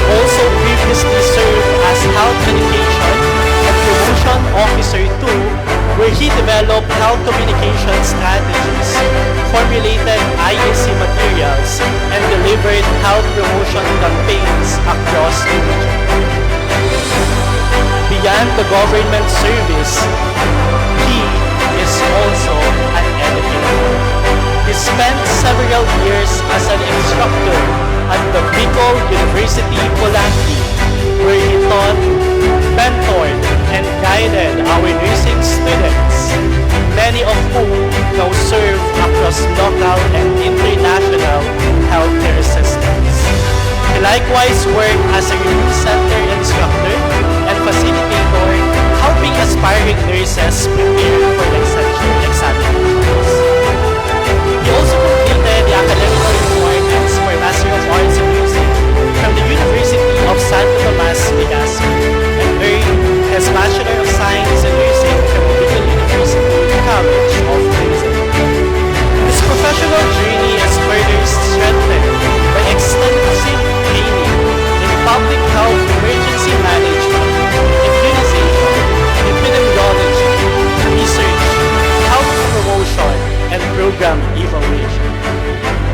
Everyone, it is with great honor that we welcome a respected nurse, educator, public advocate, and a proud nurse of Albay, Mr. Ken S. Nuida. Development Management Officer for Department of Health, Bicol Center for Health Development. Let us give him a warm round of applause.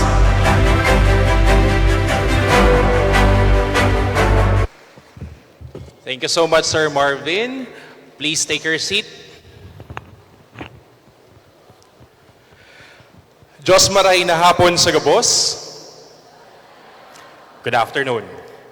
To our respected Bicol University Administrator, State University President, Dr. Baby Boy Benjamin Nebres III, Dr. Mary Joy Katangi, the Dean of the BU Polangui Campus, the Nursing Department Chair, Dr. Artemio Jerome Rivera Jr., the Level 2 Coordinator, Professor Christine Genevieve Rivera, to all the dedicated teaching and non-teaching staff of Bicol University Polangui Campus, and special mention to my former colleagues from the NHSD, proud parents, and most especially to our dear second-year students, congratulations on this milestone.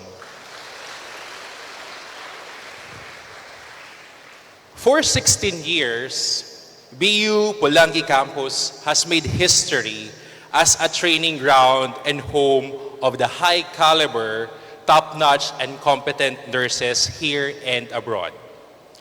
And today, we gather not only to celebrate your progress, but also to reaffirm your promise to serve, to heal, and to lead. As I stand here once more at BUPC after 11 years, I am overcome with nostalgia, for this institution was my first love. The very ground where my career and calling took root, so I cannot say no to the invitation of my former colleague, Sir Tom Rivera. Last December 5, Facebook reminded me of the final capping, pinning, and candlelighting ceremony I hosted for BUPC's 7th. I was slimmer and with more hair, though. But let me share with you, from 2008 to 2014, I had the privilege of serving as a faculty member of BUPC. Those years were formative, not just for the students I mentored, but for me as well.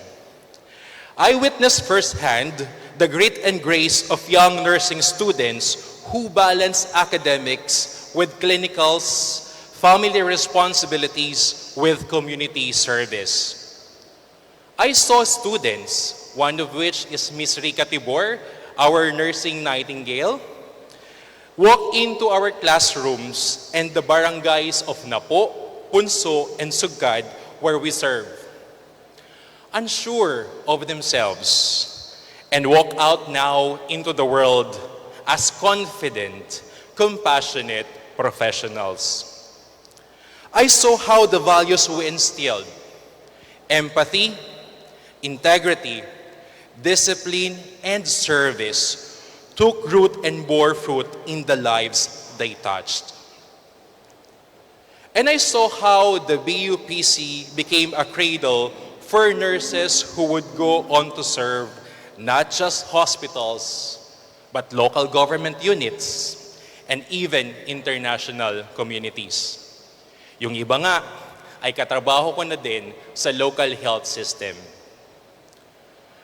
Personally, hinubog ako ng nursing department ng BU Polangui sa disiplina, malasakit at paglilingkod bayan.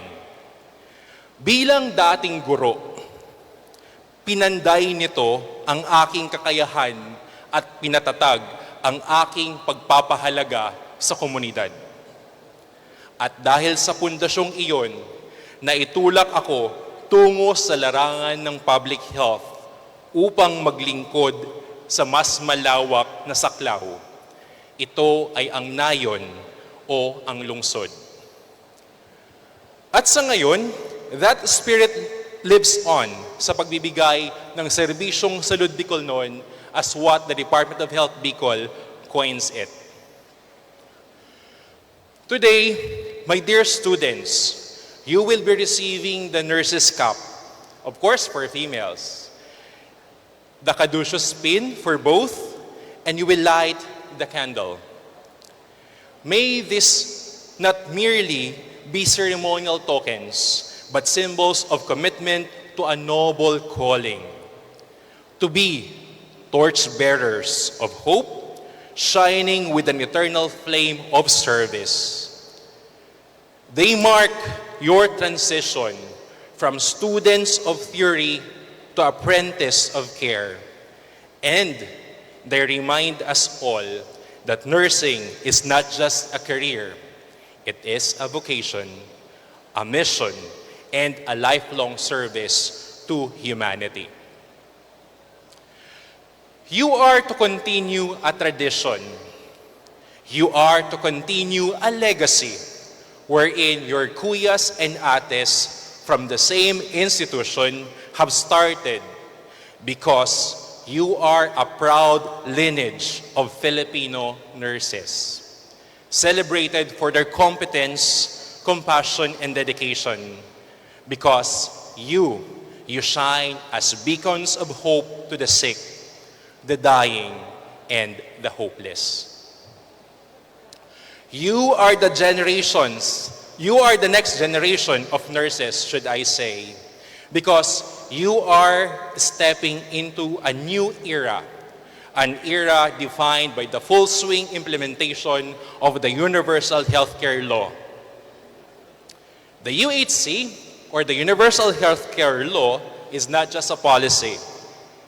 It is a promise that every Filipino, regardless of income, location, or status, will have access to quality healthcare. Ang tanong, who will carry that promise into reality? Who will carry that promise into reality? Tayong lahat. What we want here is inclusivity. Tayong lahat. You, as nursing students, and the future professionals in the institution, Bicol University Polangui Campus, by molding a community-minded, service-oriented curriculum. Kami, ako, kabahagi ng Kagawaran ng Kalusugan, bilang public health servant na ang layunin ay maisakatuparan at matiyak na ang lahat ng Bicolano, anumang antas ng buhay, saan man nakatira, ay may pantay-pantay na access sa dekalidad, abot kaya at komprehensibong serbisyong pangkalusugan nang hindi nangangamba sa gastusin. Again, paano natin makamit ang universal healthcare? Tayong lahat. tulong-tulong. Nurses are backbone of universal healthcare. We do recognize that from the Department of Health. You are the ones who will bridge the gap between policy and practice, and you will face healthcare in rural barangays, in overcrowded hospitals, in schools, mental health centers, and to act during disaster response. You will be the one to ensure that UHC is not just written in law, but lived in every community. The Department of Health has laid out clear directions for the future through the National Health Workforce Support System, or NHWSS. Nurses like you will be deployed where they are mostly needed, bringing care to the underserved, unserved communities, strengthening primary health care, and ensuring that no Filipino is left behind. The DOH firmly commits to achieving the 8-point action agenda. Number 1, expanding health promotion and disease prevention, strengthening maternal and child health, advancing mental health services, improving access to medicines and vaccines, enhancing disaster preparedness and response, supporting digital health innovations, building resilient health systems, and championing inequity of the healthcare delivery systems. The 8-point priority action agenda will be carried through the what we call Purok Kalusugan. Have you heard of Purok Kalusugan? Yes, this is a community-based health service delivery, and as nurses, you will play vital roles in immunization. Kailangan mapataas natin, masustain natin yung herd immunity. Pangalawa, nutrition, that even at the start of conception until 59 months, dapat healthy ang baby in as much as the mother. Pangatlo, wash, water, sanitation, and hygiene. Okay? Pang-apat, maternal health, na wala dapat namamatay na babaeng nagbubuntis at nanganganak, including their babies. Next, panglima, sugpuin, hindi pa natatapos ang tuberculosis. Lalong-lalo na, nandyan din ang HIV. Tulungan niyo po kami, tulong-tulong po tayo. Pang-anim ay ang road safety. I understand, ang taas po ng road accidents the previous months, even dito sa ating taon. Okay? So kailangan advocacy. Okay? Kailangan policies, kailangan ng support ng bawat health worker. For non-communicable, nandyan ang hypertension and diabetes. Na alam natin, ito ngayon ang kalaban because of industrialization or globalization. Lastly, we also have to address the growing number of people dying of cancer. Despite the fact that we have so many innovations, technological innovations, tayong mga nurses ay hindi kailanman mapapalitan. Papaano at ano pamamaraan hindi tayo mapapalitan? We have to think this way. Your presence, our presence sa bawat hospital, primary care centers ay pinaka-importante. Mawala na ang mga gadgets and devices, but our presence, sabi nga sa Nurses Prayer, bring hope and consolation. Diba? Pangalawa, hindi tayo pwedeng palitan. It's because of the way we communicate, we deliver message, and importantly, yung tinatawag na pakikipag-kapwa-tao. But even as this technology advances globally, the essence of nursing, nabanggit ko na kanina, yung empathy. Alam natin yan, that because of every patient deserves to be seen, deserves to be heard and understood. Pangalawa, integrity. Okay, nurses are trusted and the trust is earned, and we must also be accountable for what we do. Pangatlo, excellence. because the lives of others depend on your skill and judgment. So sige lang, continuous learning lang tayo. Number 4, service. Because nursing is not about self. It is about others. So, this capping pinning, wear your caps with pride, your badges with honor, and let your light shine, not just in the ceremony, but in service. Before I end my message, may I request that the students, 159 students or honorees, repeat after me. Kami ang ilaw ng bayan, nag-aalab sa serbisyo't kapwa. 1, 2, 3, go. Kami ang ilaw ng bayan, nag-aalab sa serbisyo't kapwa. Ulitin natin. Kami ang ilaw ng bayan, nag-aalab sa serbisyo't kapwa. Ang tanong, sino kayo? Sagot? Okay, medyo mahina. Gabi na siguro. Pagod na. Sino kayo? At ano kayo? Ulitin ko. At ano kayo? Ayun.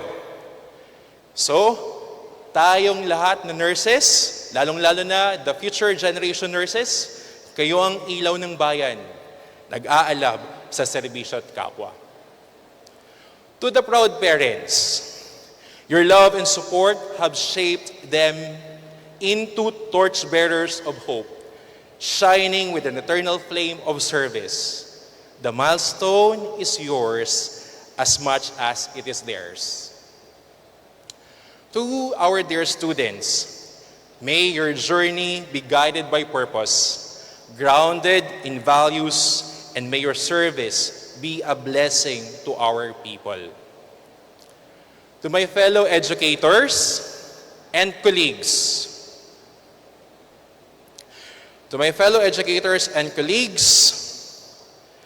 thank you for carrying forward the work we began years back.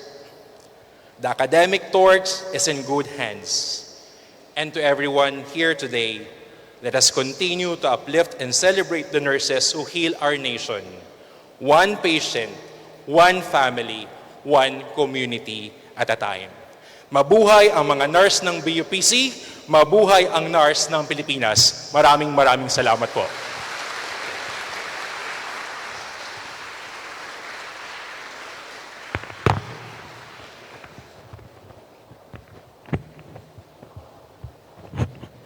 Thank you, Sir Ken Nuida, for that inspiring message. And thank you for reminding us to be the light of everyone. Okay, so at this moment, we will now proceed to the presentation of Certificate of Appreciation and token to our guest speaker.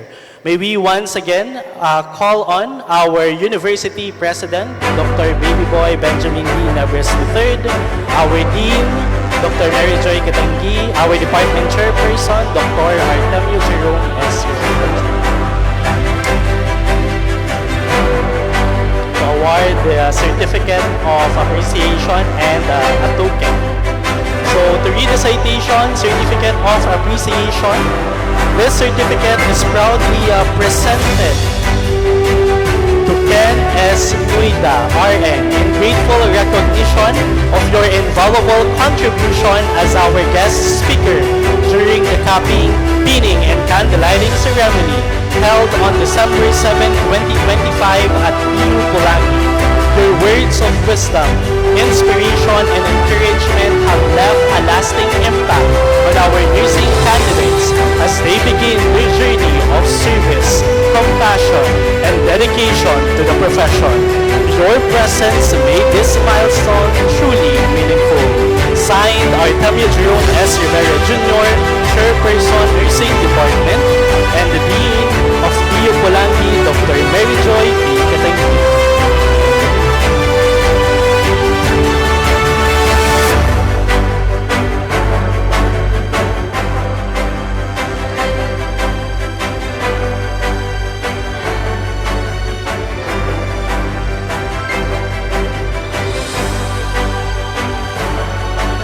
We would like also to present a certificate of appreciation and a token of appreciation to our Florence Nightingale, Ma'am Rika May Tibor.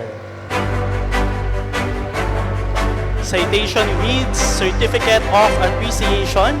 This certificate is proudly presented to Ms. Rika May Tibor, RN, in recognition of your outstanding portrayal of Florence Nightingale during our cupping, pinning, and candlelighting ceremony held on December 7, 2025 at Bicol University, Polangui.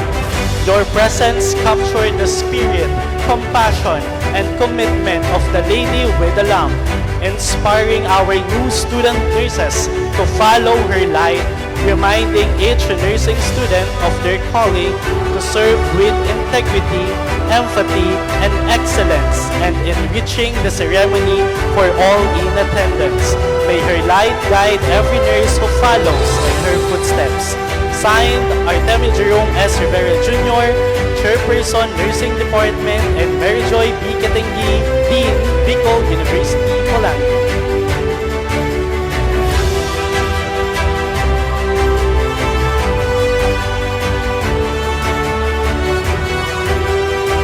We would like also to give a token of appreciation to our University President, Dr. Babyboy Benjamin D. Nebres III, and to our Dean, Dr. Mary Joy B. Katangi.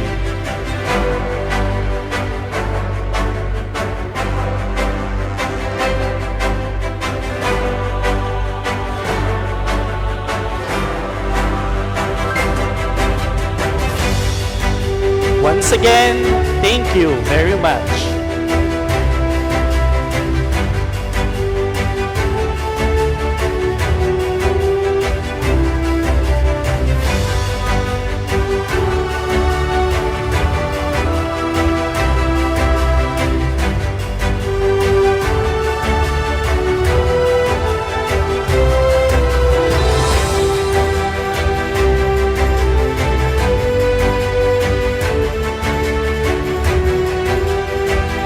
At this point, we shall now proceed to the most anticipated imposition of caps and pin to our student.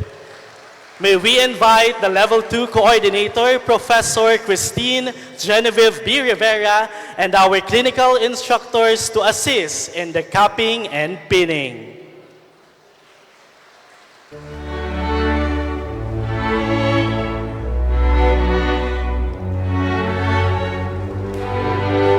Standing before us are the student nurses of Batch Maraya, ready to wear the symbols of their calling, the cap, the pin, and the light that will guide their journey of service to others.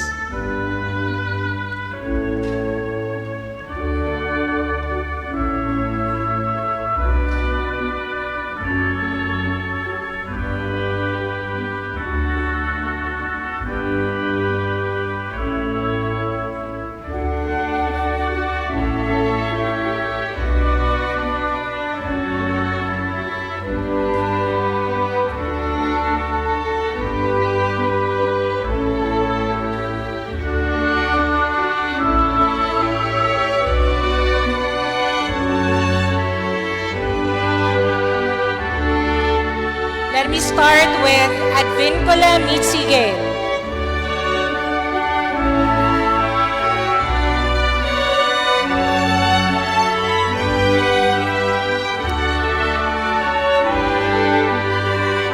Aguilar Alexa C.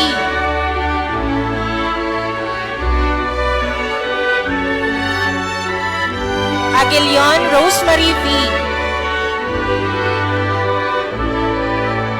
Alianza Francesca Faye R.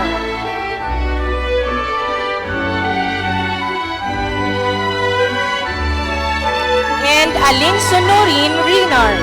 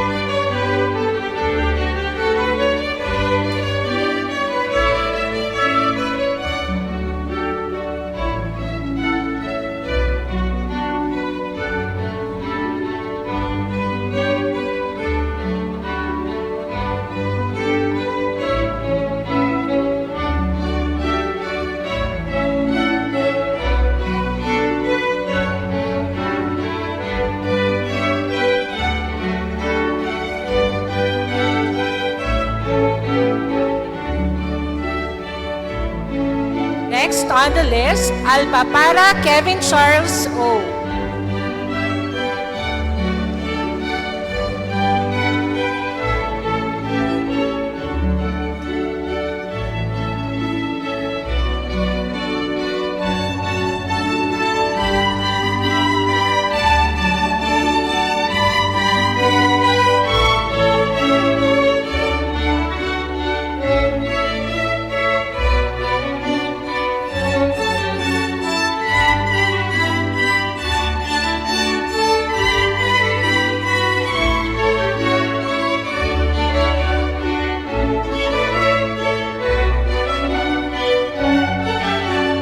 Altajeros Nicaeles St. R.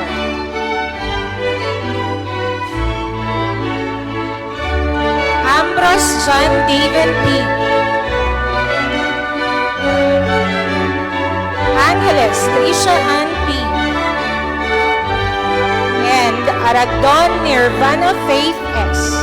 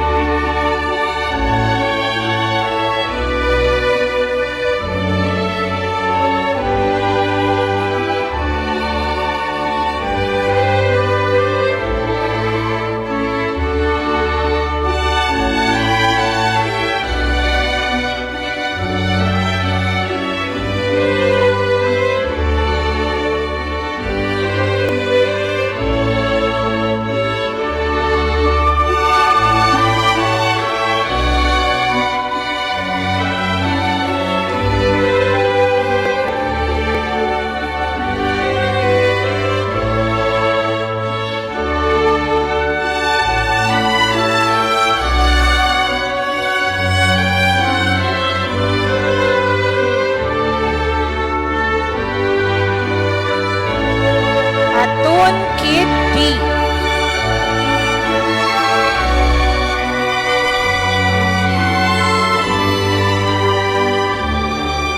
Aureliano Harvey D.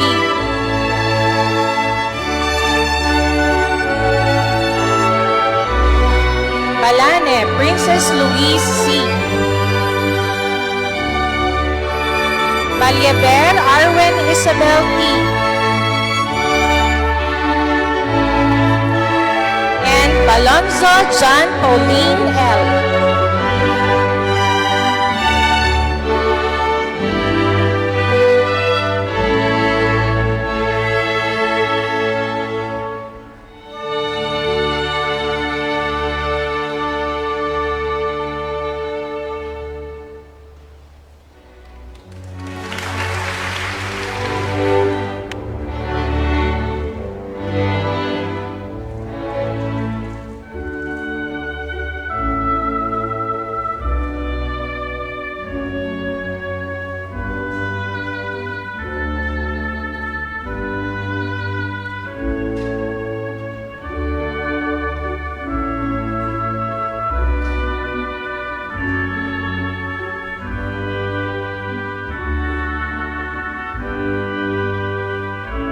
Barbacena Dorina A.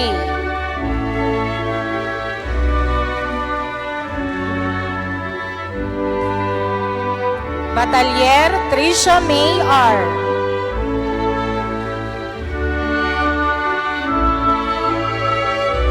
Bayola Heaven R.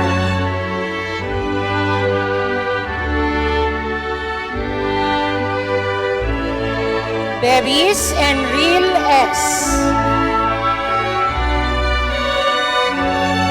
And Belanda Sandy N.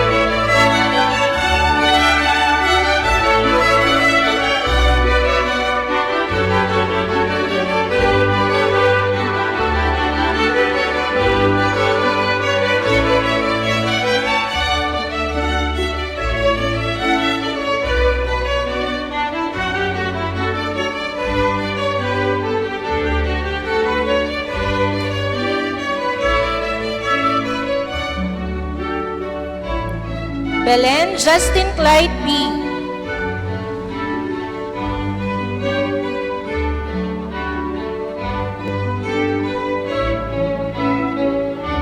Benamir Marvy Joy C.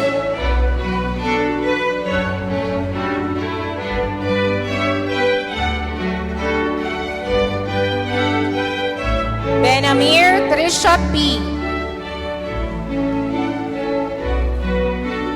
Boholano Gwyneth Elijah C.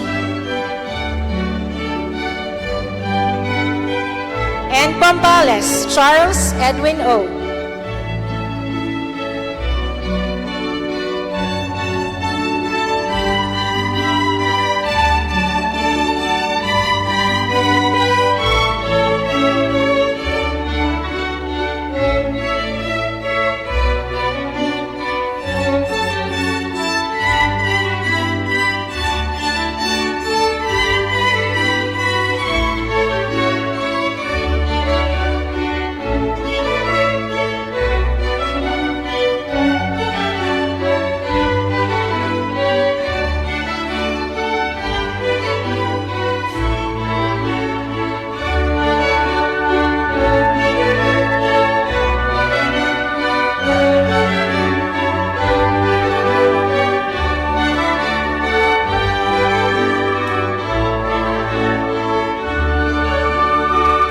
Borigas Chris Natalie L.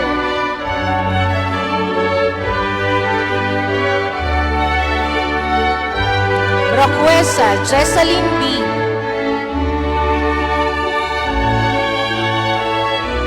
Buena Dayan Isabel T.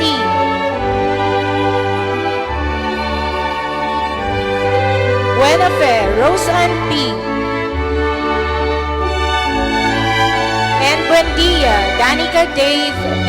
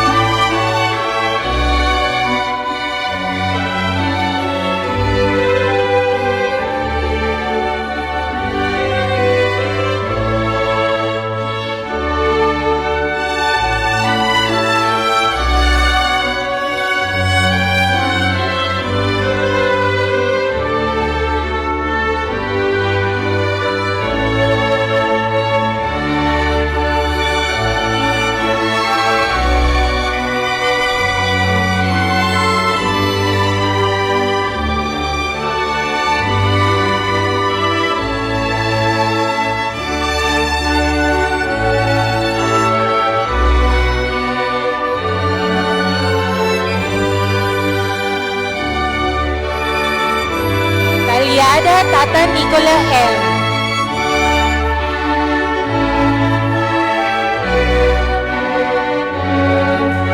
Calpe Christine Joyce D.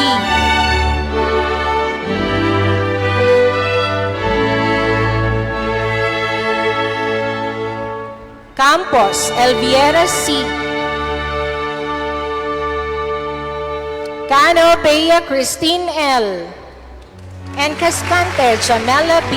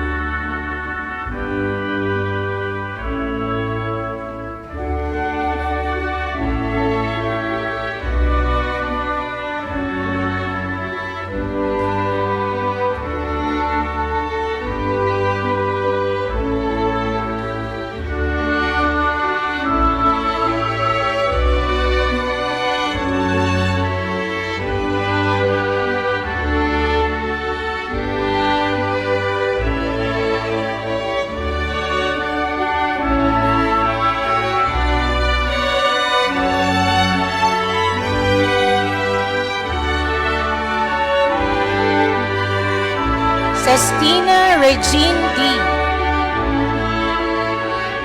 Joshua Raymond A. Jr. Shelo Angela May.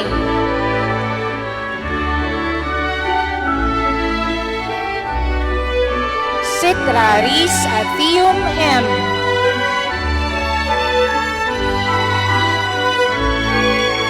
And Cobilia Jana Ray.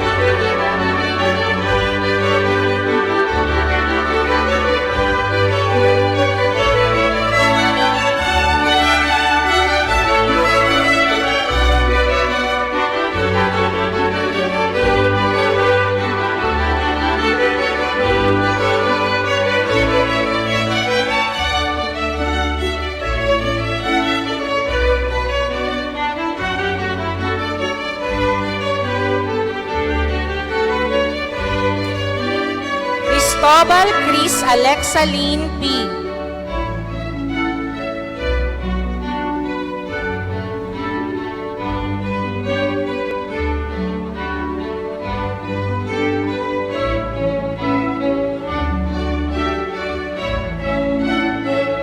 De Paula Shannon Kiefer Kith D.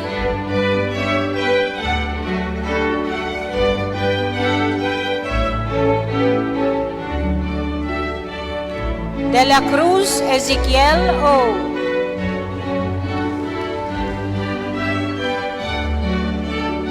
Gesta John Paul A.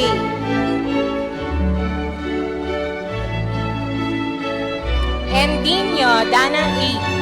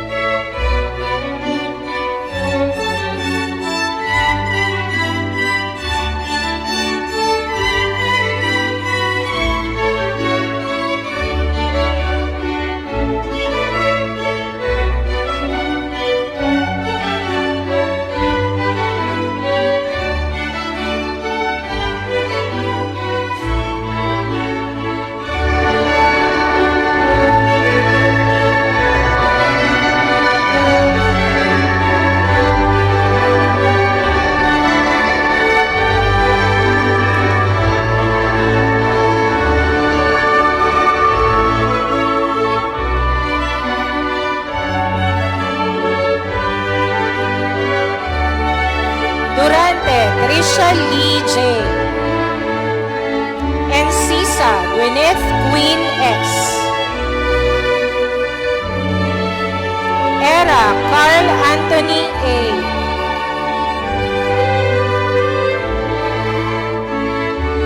Espares Sheena May D.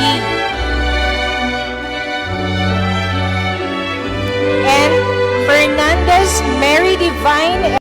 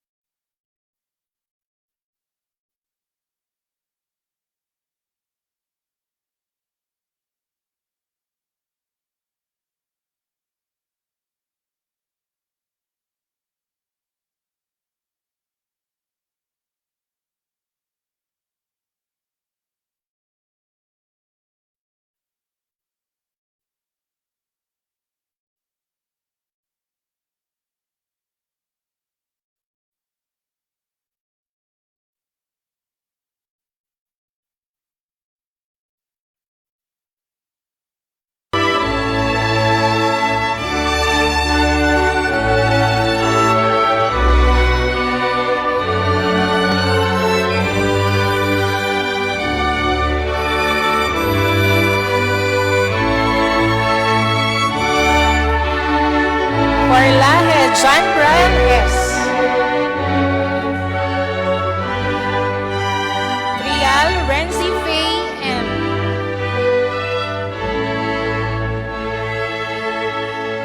Galeria Renaline C.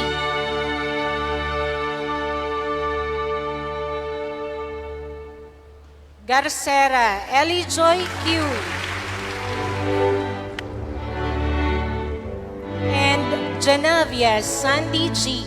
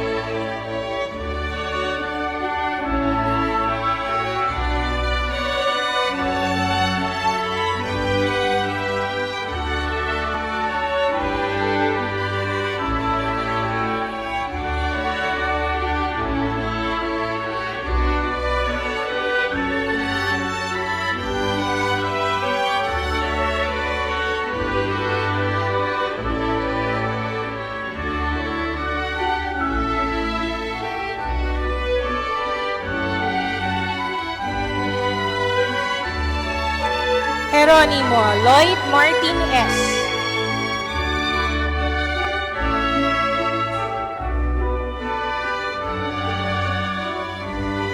Gladovisa Arvin M.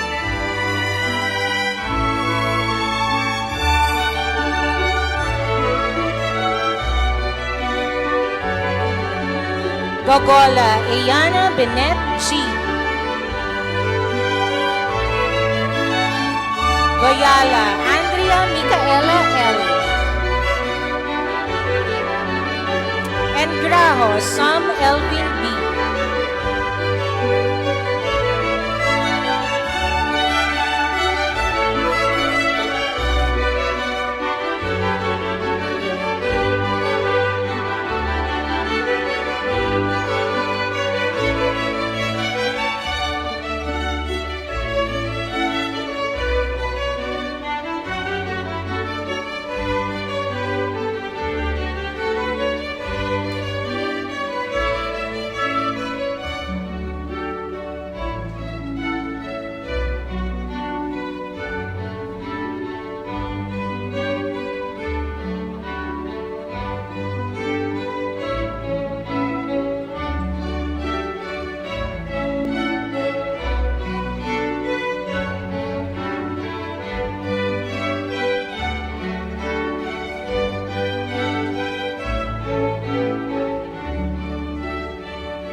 Quinto, Carl Noemi B.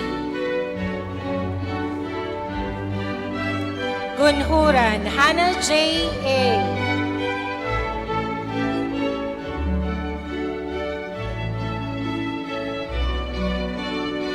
Izarza, Andrea Lorene A.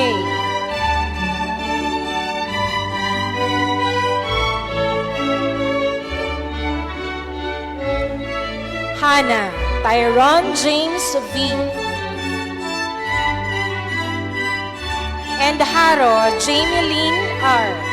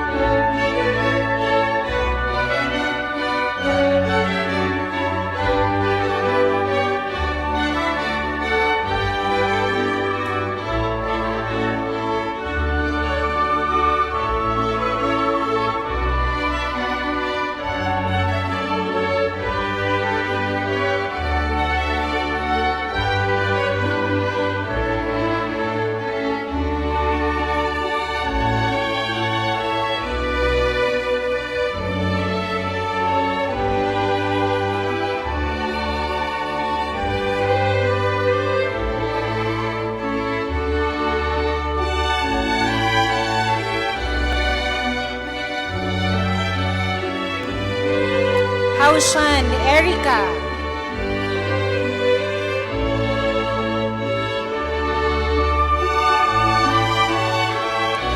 Jesalva Josel M.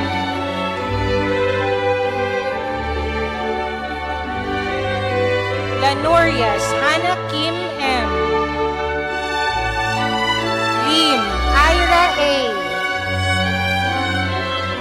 And Lomerio Mary Rose F.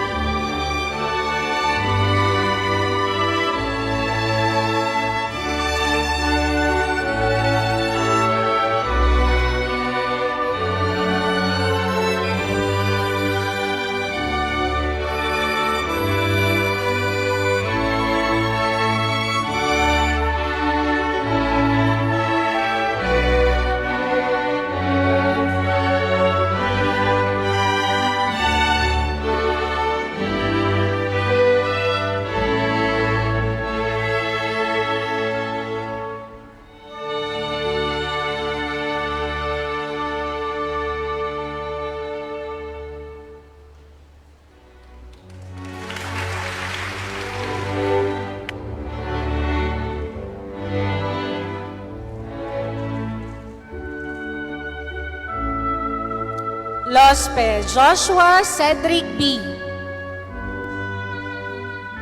Luansing Charmel M. Madrid Carmela Joy R. Maligaso Juan Venci B. And Malye Franz Aaron A.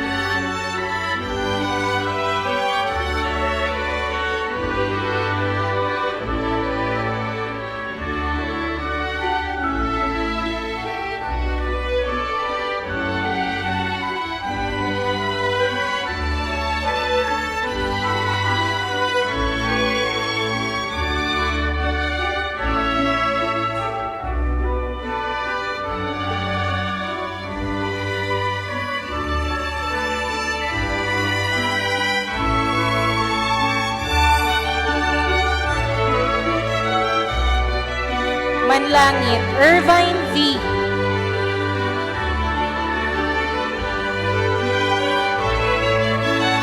Marigondon Rodito Jr. U.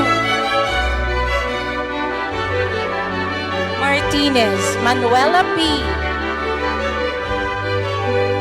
Mata Maria Jendi A. And Mayores Kyra Althea.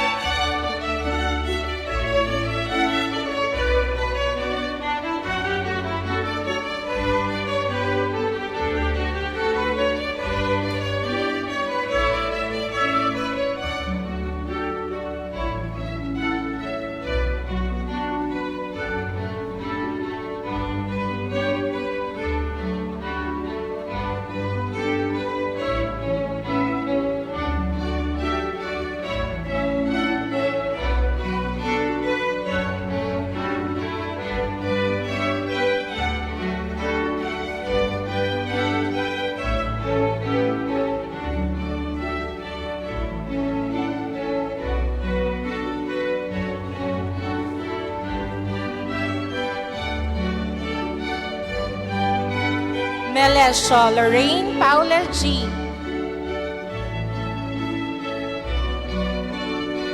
Miliena Heather Dawn M. Moran Alena May B. Morante Arnella Neriz V.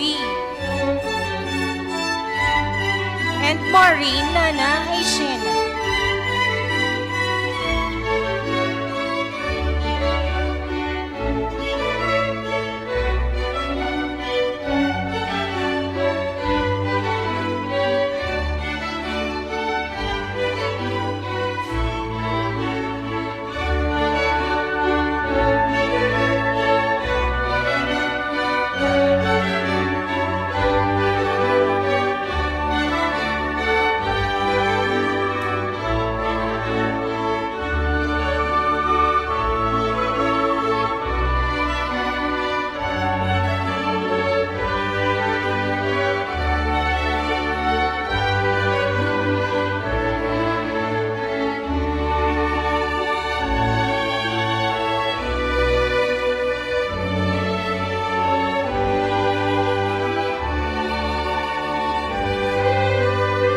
Mulyasco Chanel G.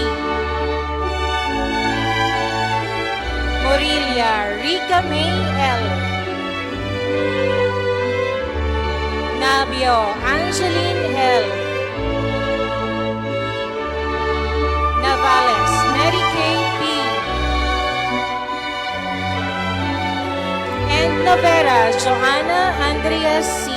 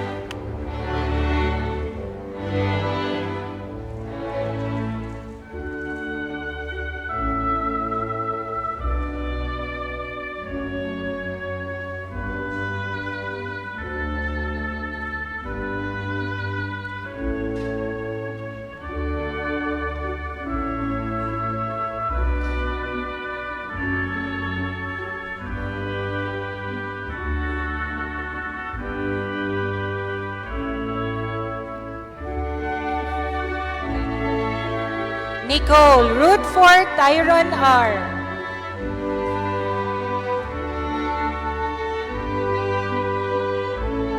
Nosares Charmaine G.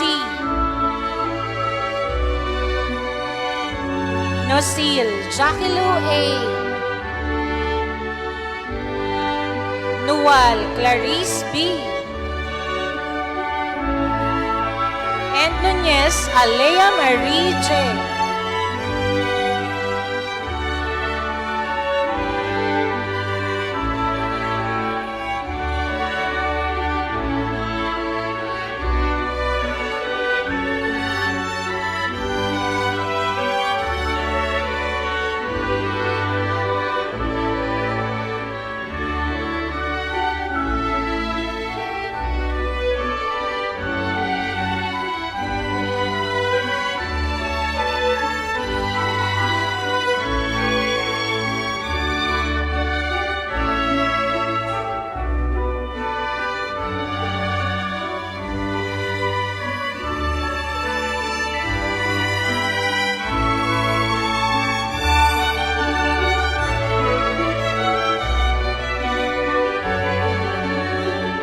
Olarte Leshane and Dion S. Olaita Francesca Amy O. Olivo Micaela Grace B.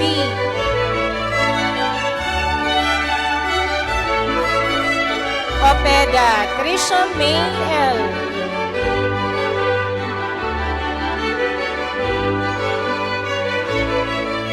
And Orbase Jana Henrice A.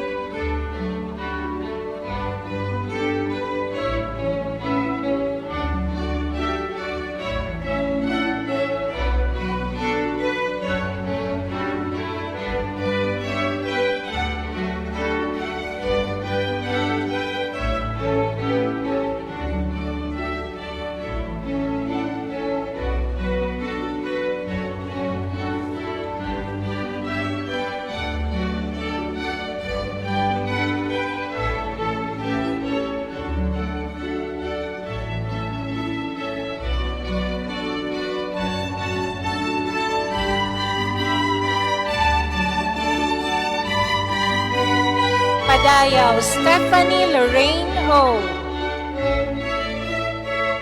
Paha Andrea Pauline O. Palcon Faith Kylie P.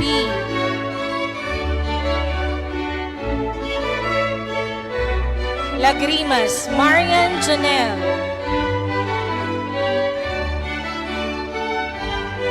And Peñalosa Richie Lane Rose E.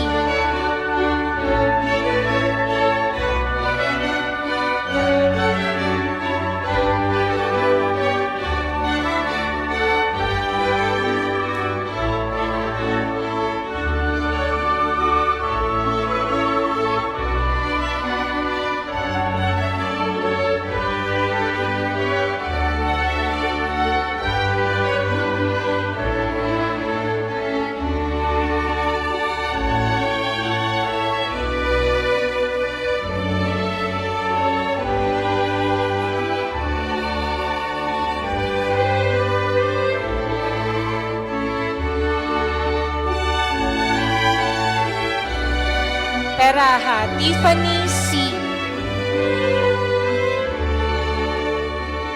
Perez Angel R.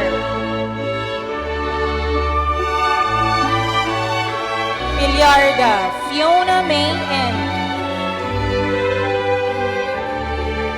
Placer Reese Casey J.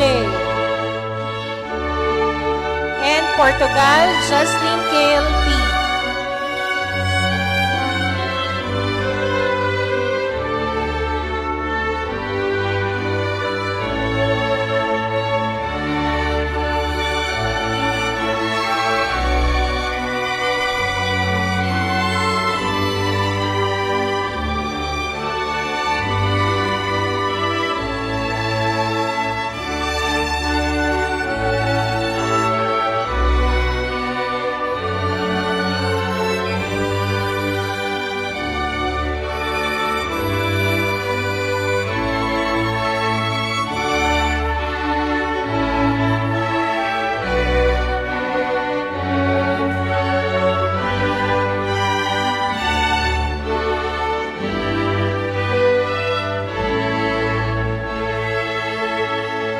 Potonia January G.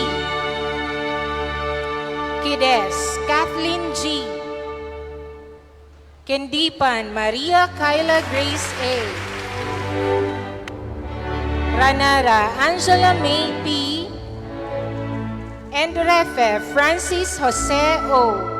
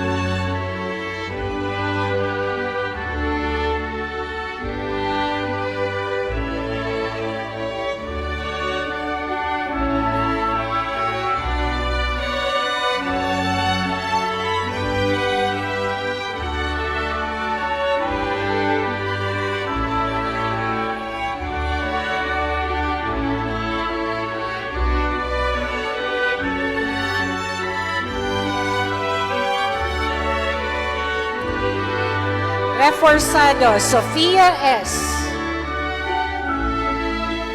Regorgo Crisan L. Relion Maria Cristina C. Renolayan Vernice O. And Regional Mia D.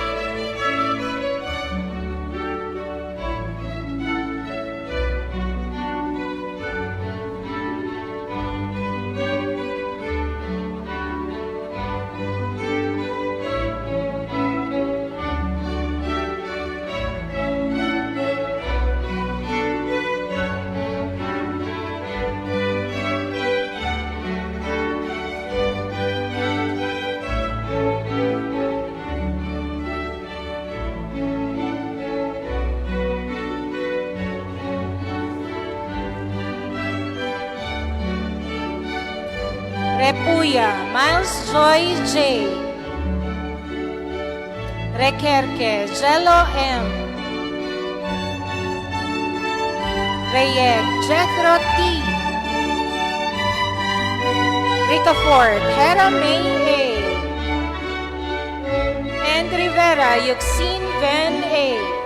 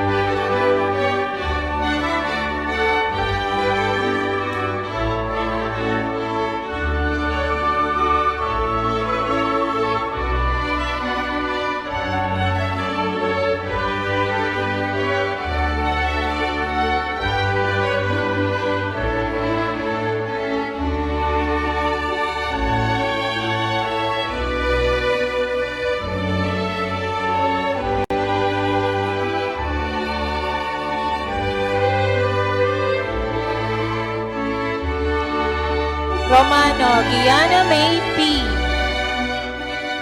Ross Krista Nicole P.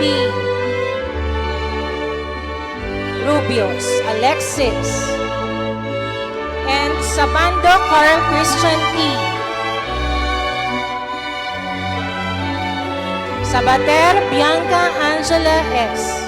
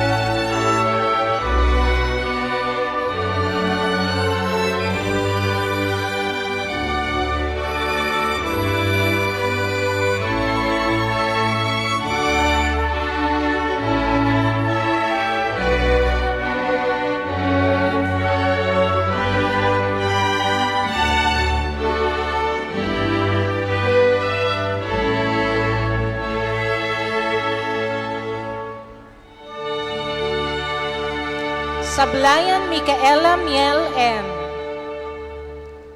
Sakulo Eliza G. Salamanque John Cedric A. Salceda Jillian May. And Sanchez Gabriel Nicolai A.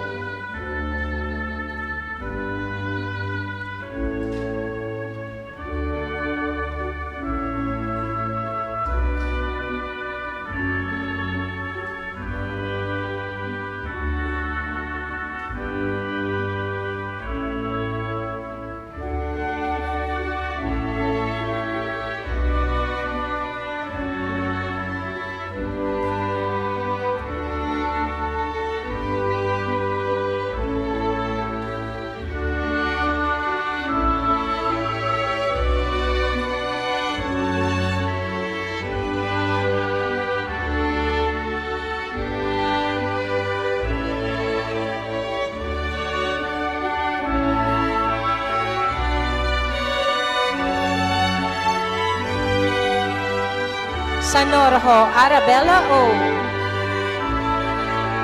Sapalicio Marjorie. Sa Paula Sean Denver D. Sakido Maria Johnson Ray B. And Sarsha Jasmine S.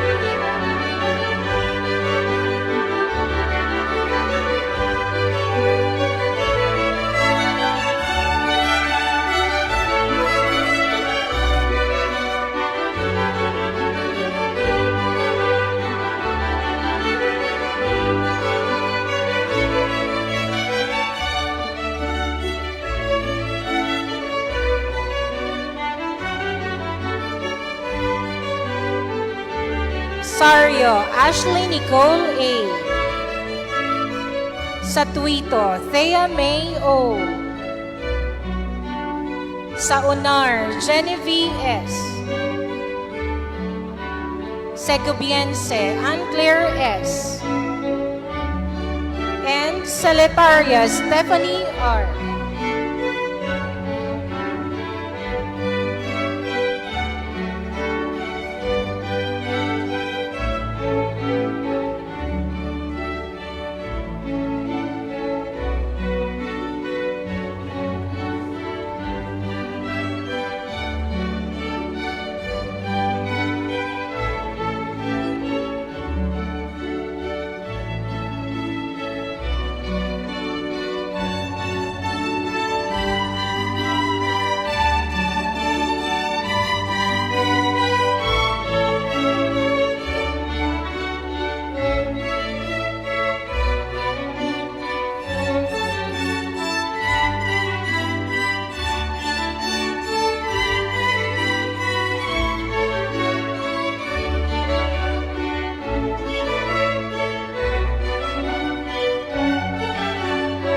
Silo Denise Daniel N. Shonicio Carl Jaffer D. Suruiz Justin Ryan A. Ambobong Mary Joy R. And Tanchado Mary Jane G.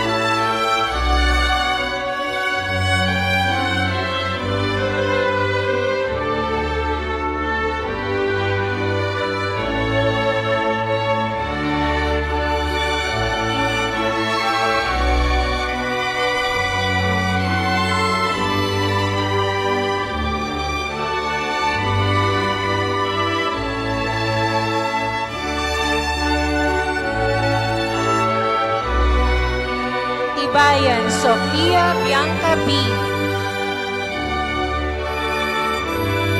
Inoco Dana Isabella B. Talarba Faye Amy Q. Valerio Maria Janelle Q.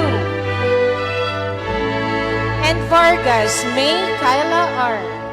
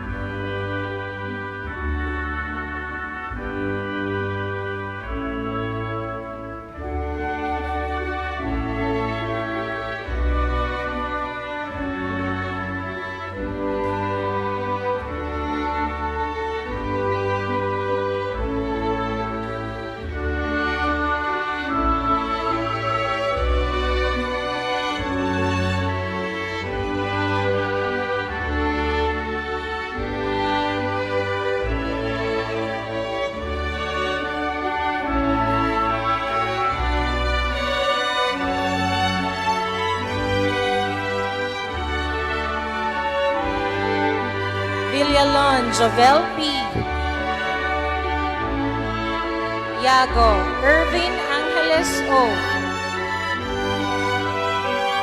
Yago Justine D. And Zordilia Claire S.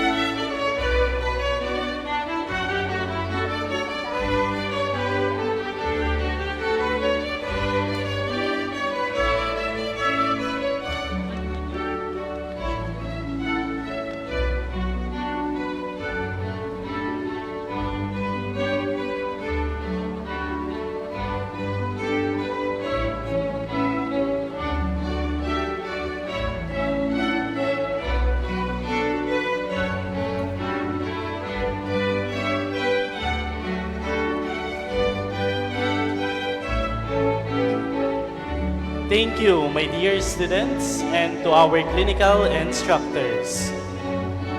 Once again, congratulations to Batch Mariah!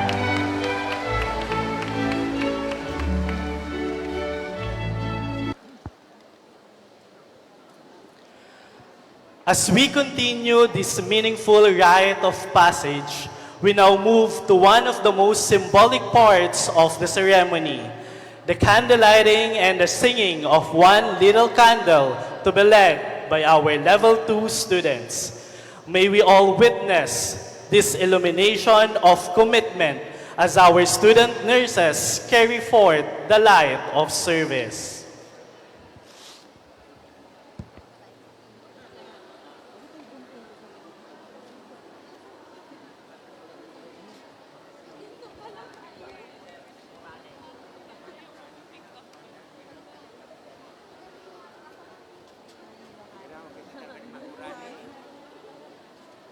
Bigla light po kasi sa kanila.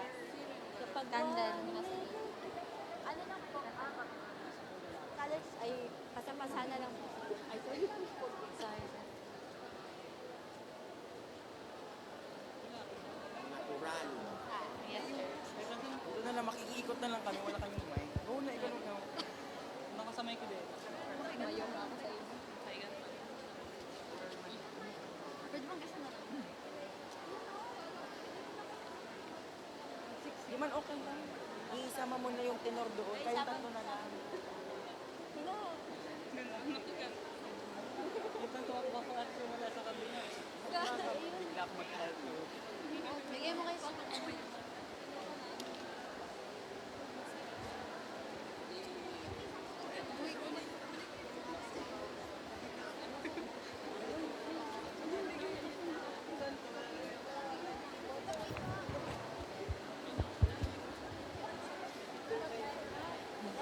tabi na kayo ni Derek.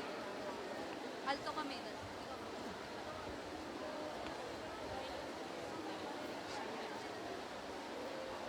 Alto na lang.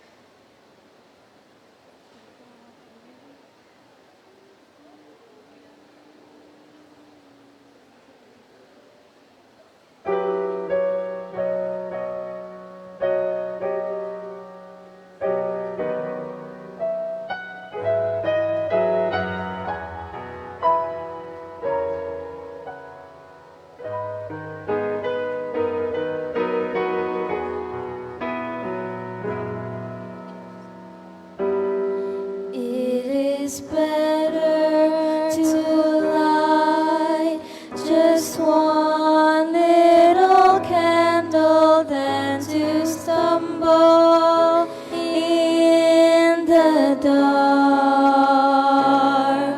Better far that you light just one little candle. All you need a tiny spark.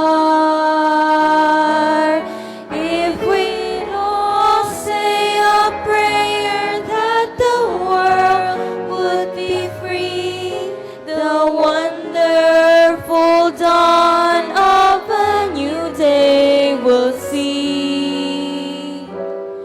And if everyone lit just one little candle, what a bright world it would be. It is better to light just one little candle than to stumble in the dark. Better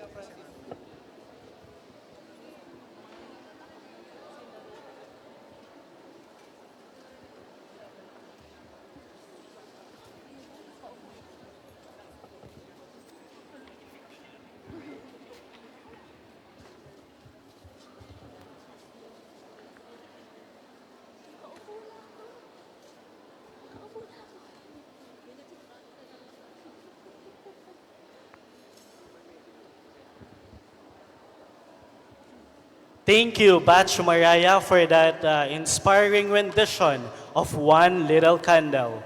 May its message remind us that even a single act of kindness can illuminate someone's darkest moment. So, to deepen this solemn moment, let us now listen to the Nightingale Pledge to be led by Ms. Rika May Tibor, our 2025 Florence Nightingale.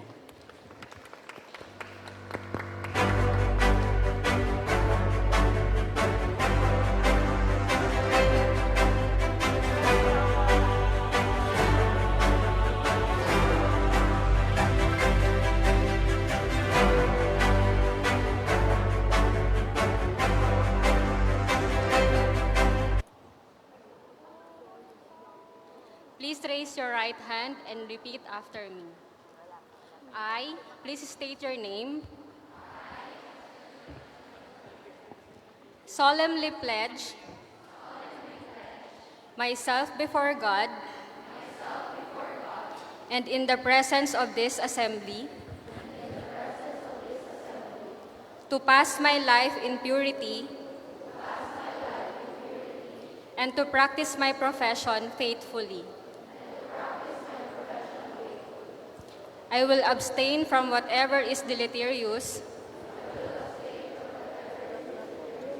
and mischievous, and will not take or knowingly administer any harmful drug. I will do all in my power to maintain and elevate the standard of my profession and withhold in confidence all personal matters committed to my keeping and all family affairs coming to my knowledge in the practice of my calling. With loyalty, will I endeavor to aid the physician in his work and devote myself to the welfare of those committed to my care. So help me God.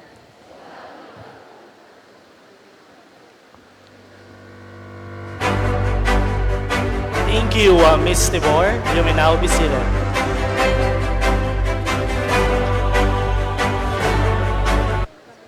At this juncture, let us hear a heartfelt student's message from the Philippine Nursing Student Association President, Mr. Francis Andre Nuelan.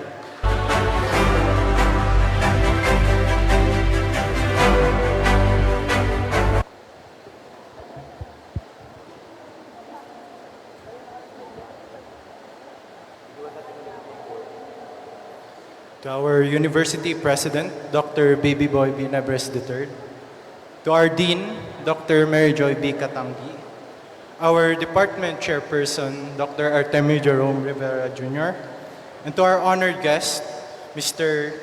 Ken Esnuida, to our dear faculty, clinical instructors, our beloved parents, and to all my fellow nursing students of Batch Maraya, a pleasant afternoon to you all.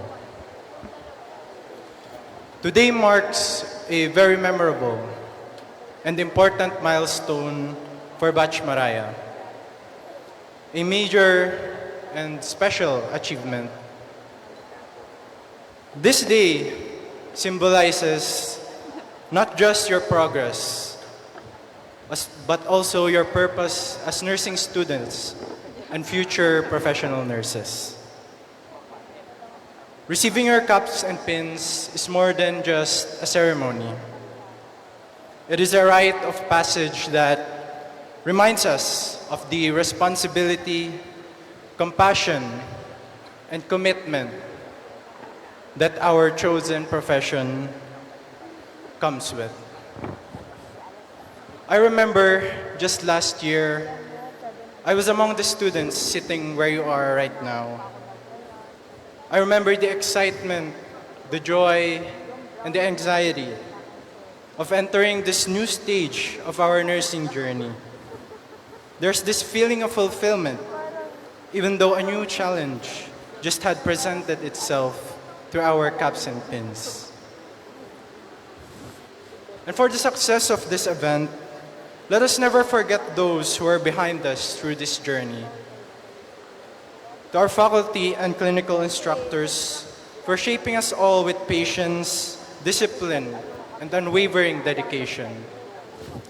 To our parents and families who were behind us throughout all our sleepless nights and every challenge that came our way. And of course, to the level officers and committee members for their unshakable will and determination to make this event happen. Take a good look of what you have accomplished and give yourself a pat on the back for a job well done.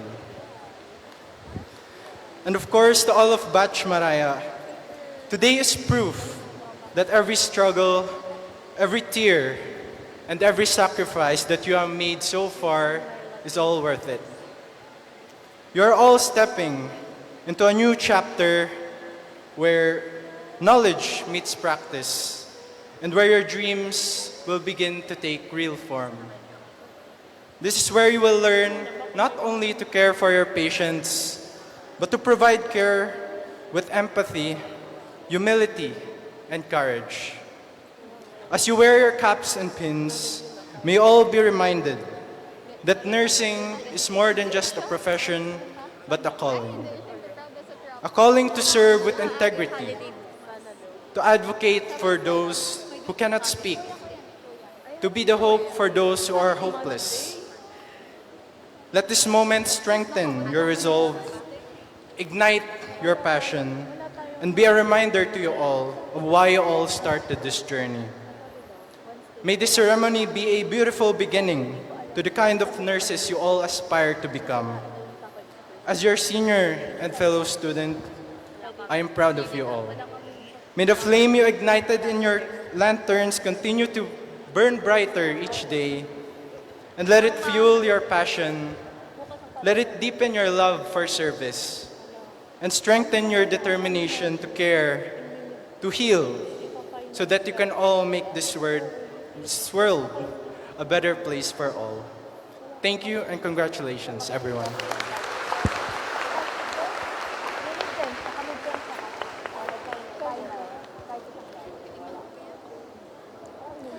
Thank you, Mr. Francis Andre Nuelan, for that inspiring message.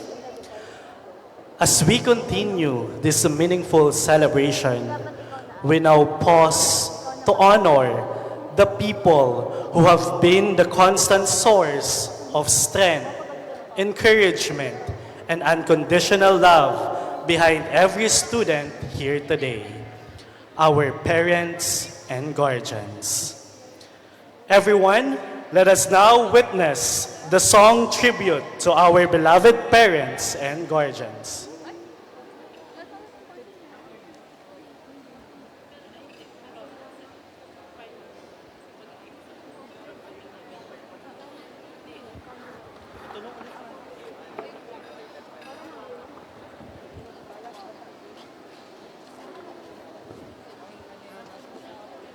Test, mic test.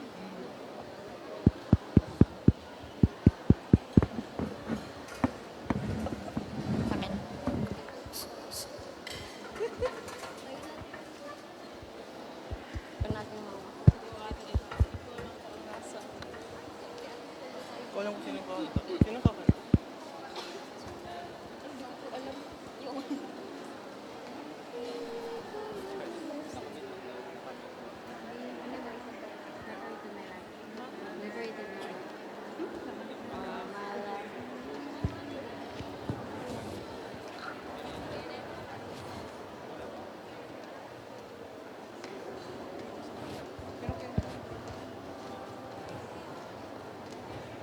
Yung ano mo, nag-review.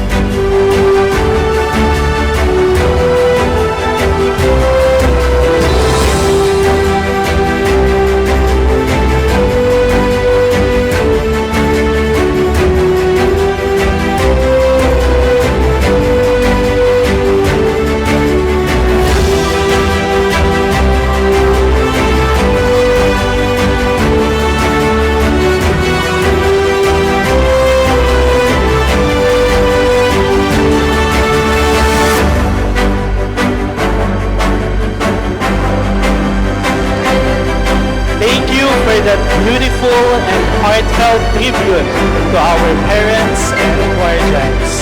Your love and support continue to be the foundation of our students' strength and success. Once again, may I invite all Batch Maraya to join me in the stage for the singing of the Bicol University Nursing Hymn.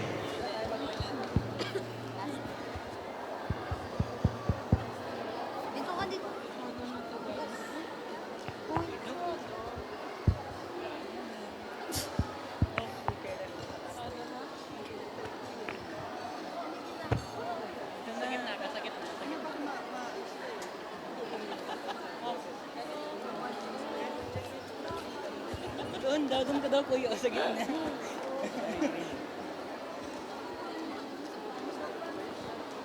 Like super. Super. Baka yun na.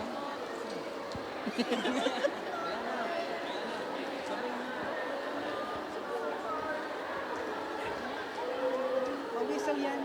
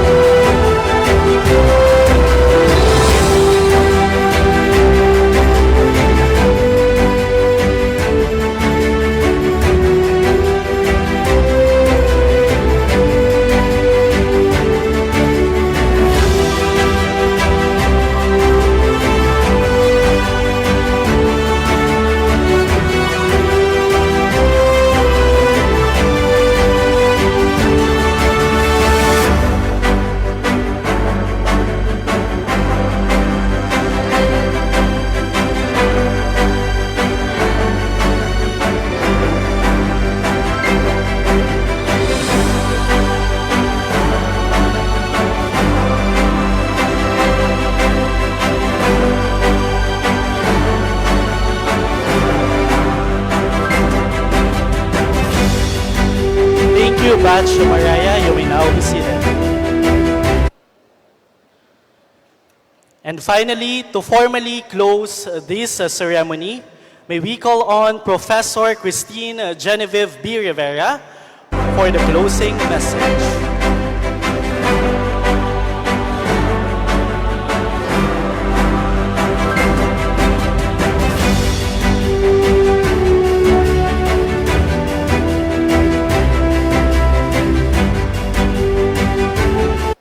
To our guest speaker, Sir Ken Noida, to the President of Bicol University, Dr. Babyboy Benjamin Nebres III, the Dean of Bicol University Polangui, Dr. Mary Joy B. Katangi, the Department Chairperson, Dr. Artemio Jerome S. Rivera Jr., our ever-supportive parents, and our dearest students.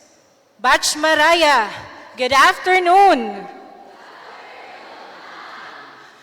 I can see happy and eager faces this afternoon.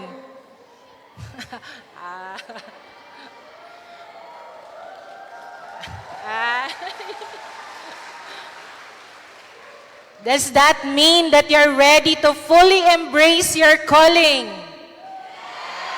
Very good. The nursing profession has long stood as one of the strongest pillars of the Philippine healthcare system. We endured a 2-year global crisis and continued to serve even in the face of nature's wrath that tested our own families, homes, and livelihoods. Nothing can stop a nurse who is truly committed and compassionate about her calling. With these sacrifices in mind, may I ask again our Level 2 students, are you willing to serve the Bicolano community despite challenges and uncertainties?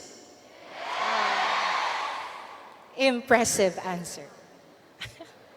Are you willing to care for the marginalized, the poor, and the oppressed for the sake of sustaining the Filipino community? Very good. Listen closely to the voices of the guardians of Nightingale. Voices willing to stand strong no matter what confronts humanity. It is with great pride that these voices of courage begin here, within the portals of Bicol University, where service to humanity is our utmost priority. We beam with joy and pride as we witness the rise of Batch Maraya, a name that symbolizes progress, growth, and the boundless horizons of your future. Today, you step into a tradition of excellence built not by chance, but by the unwavering commitment of the Bicol University Polangui Nursing Department, a department that has profoundly maintained its distinction as top-performing nursing school in the Philippines.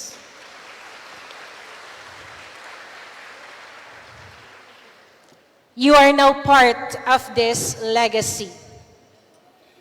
As you wear your caps and hold your lamps, remember that these are not mere symbols. They represent responsibility, courage, and the promise of compassionate service. Where you go, be it in hospitals, communities, or faraway nations, carry the values instilled in you: integrity, competence, humility, and love for humanity. Batch Maraya, may your light shine beyond these walls. May you become nurses who heal not only with skilled hands, but with sincere hearts. May you continue the tradition of excellence that BU Polangui is known for, and may you uplift every life entrusted to your care. Before I end, allow me to express our heartfelt gratitude to the people who made this meaningful event possible. Our deepest thanks to the Bicol University administration for their prompt and unwavering support in responding to our requests. Palakpakan naman natin. To the BU Polangui administration, headed by our Dean, Dr. Bembem Katangi, for the generous financial and institutional support.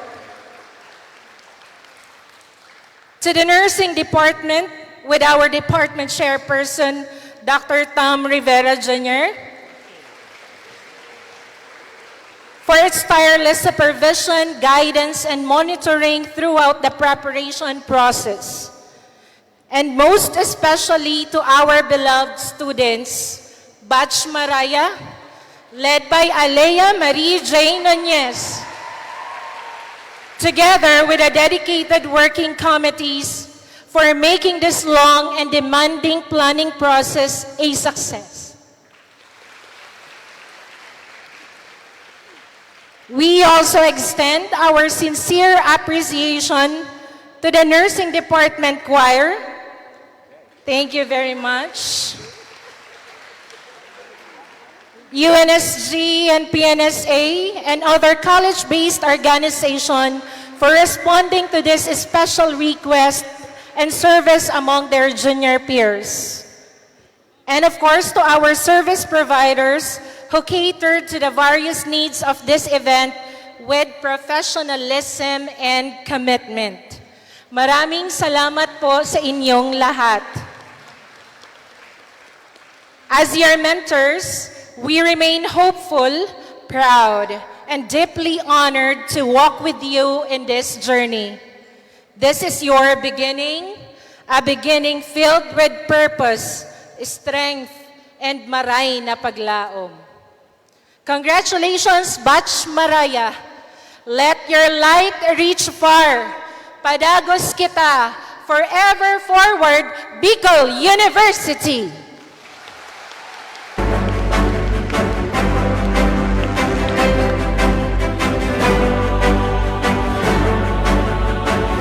Thank you, Professor Cristina Genevieve P. Rivera. As we move toward to the final part of our ceremony, may we invite everyone to once again stand in unity and pride as we sing the Bicol University hymn.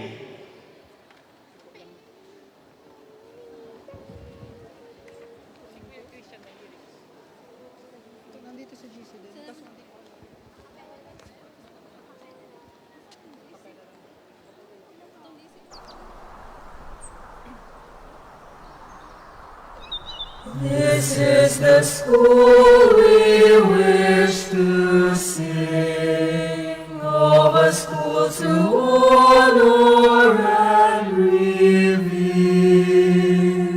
a temple built by man of firmness, a mold for you to walk with pride, for He will always be united, although we tread on distant lands. We all shall cherish what you've taught us, that you wholeheartedly gave forth. Bicol University, burning torch of wisdom, fount of courage, hope, and love, seed of truth and light. Bicol University, burning torch of wisdom, fount of courage, hope,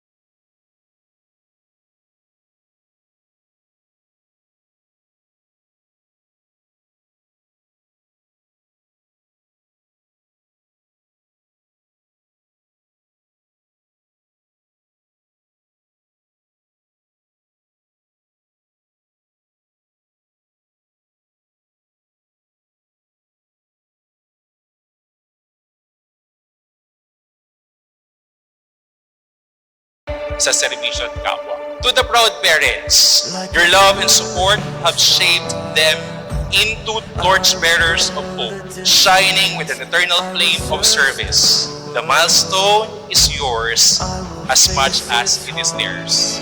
I don't care how far I can go the distance till I find my heroes welcome waiting in your arms, waiting in your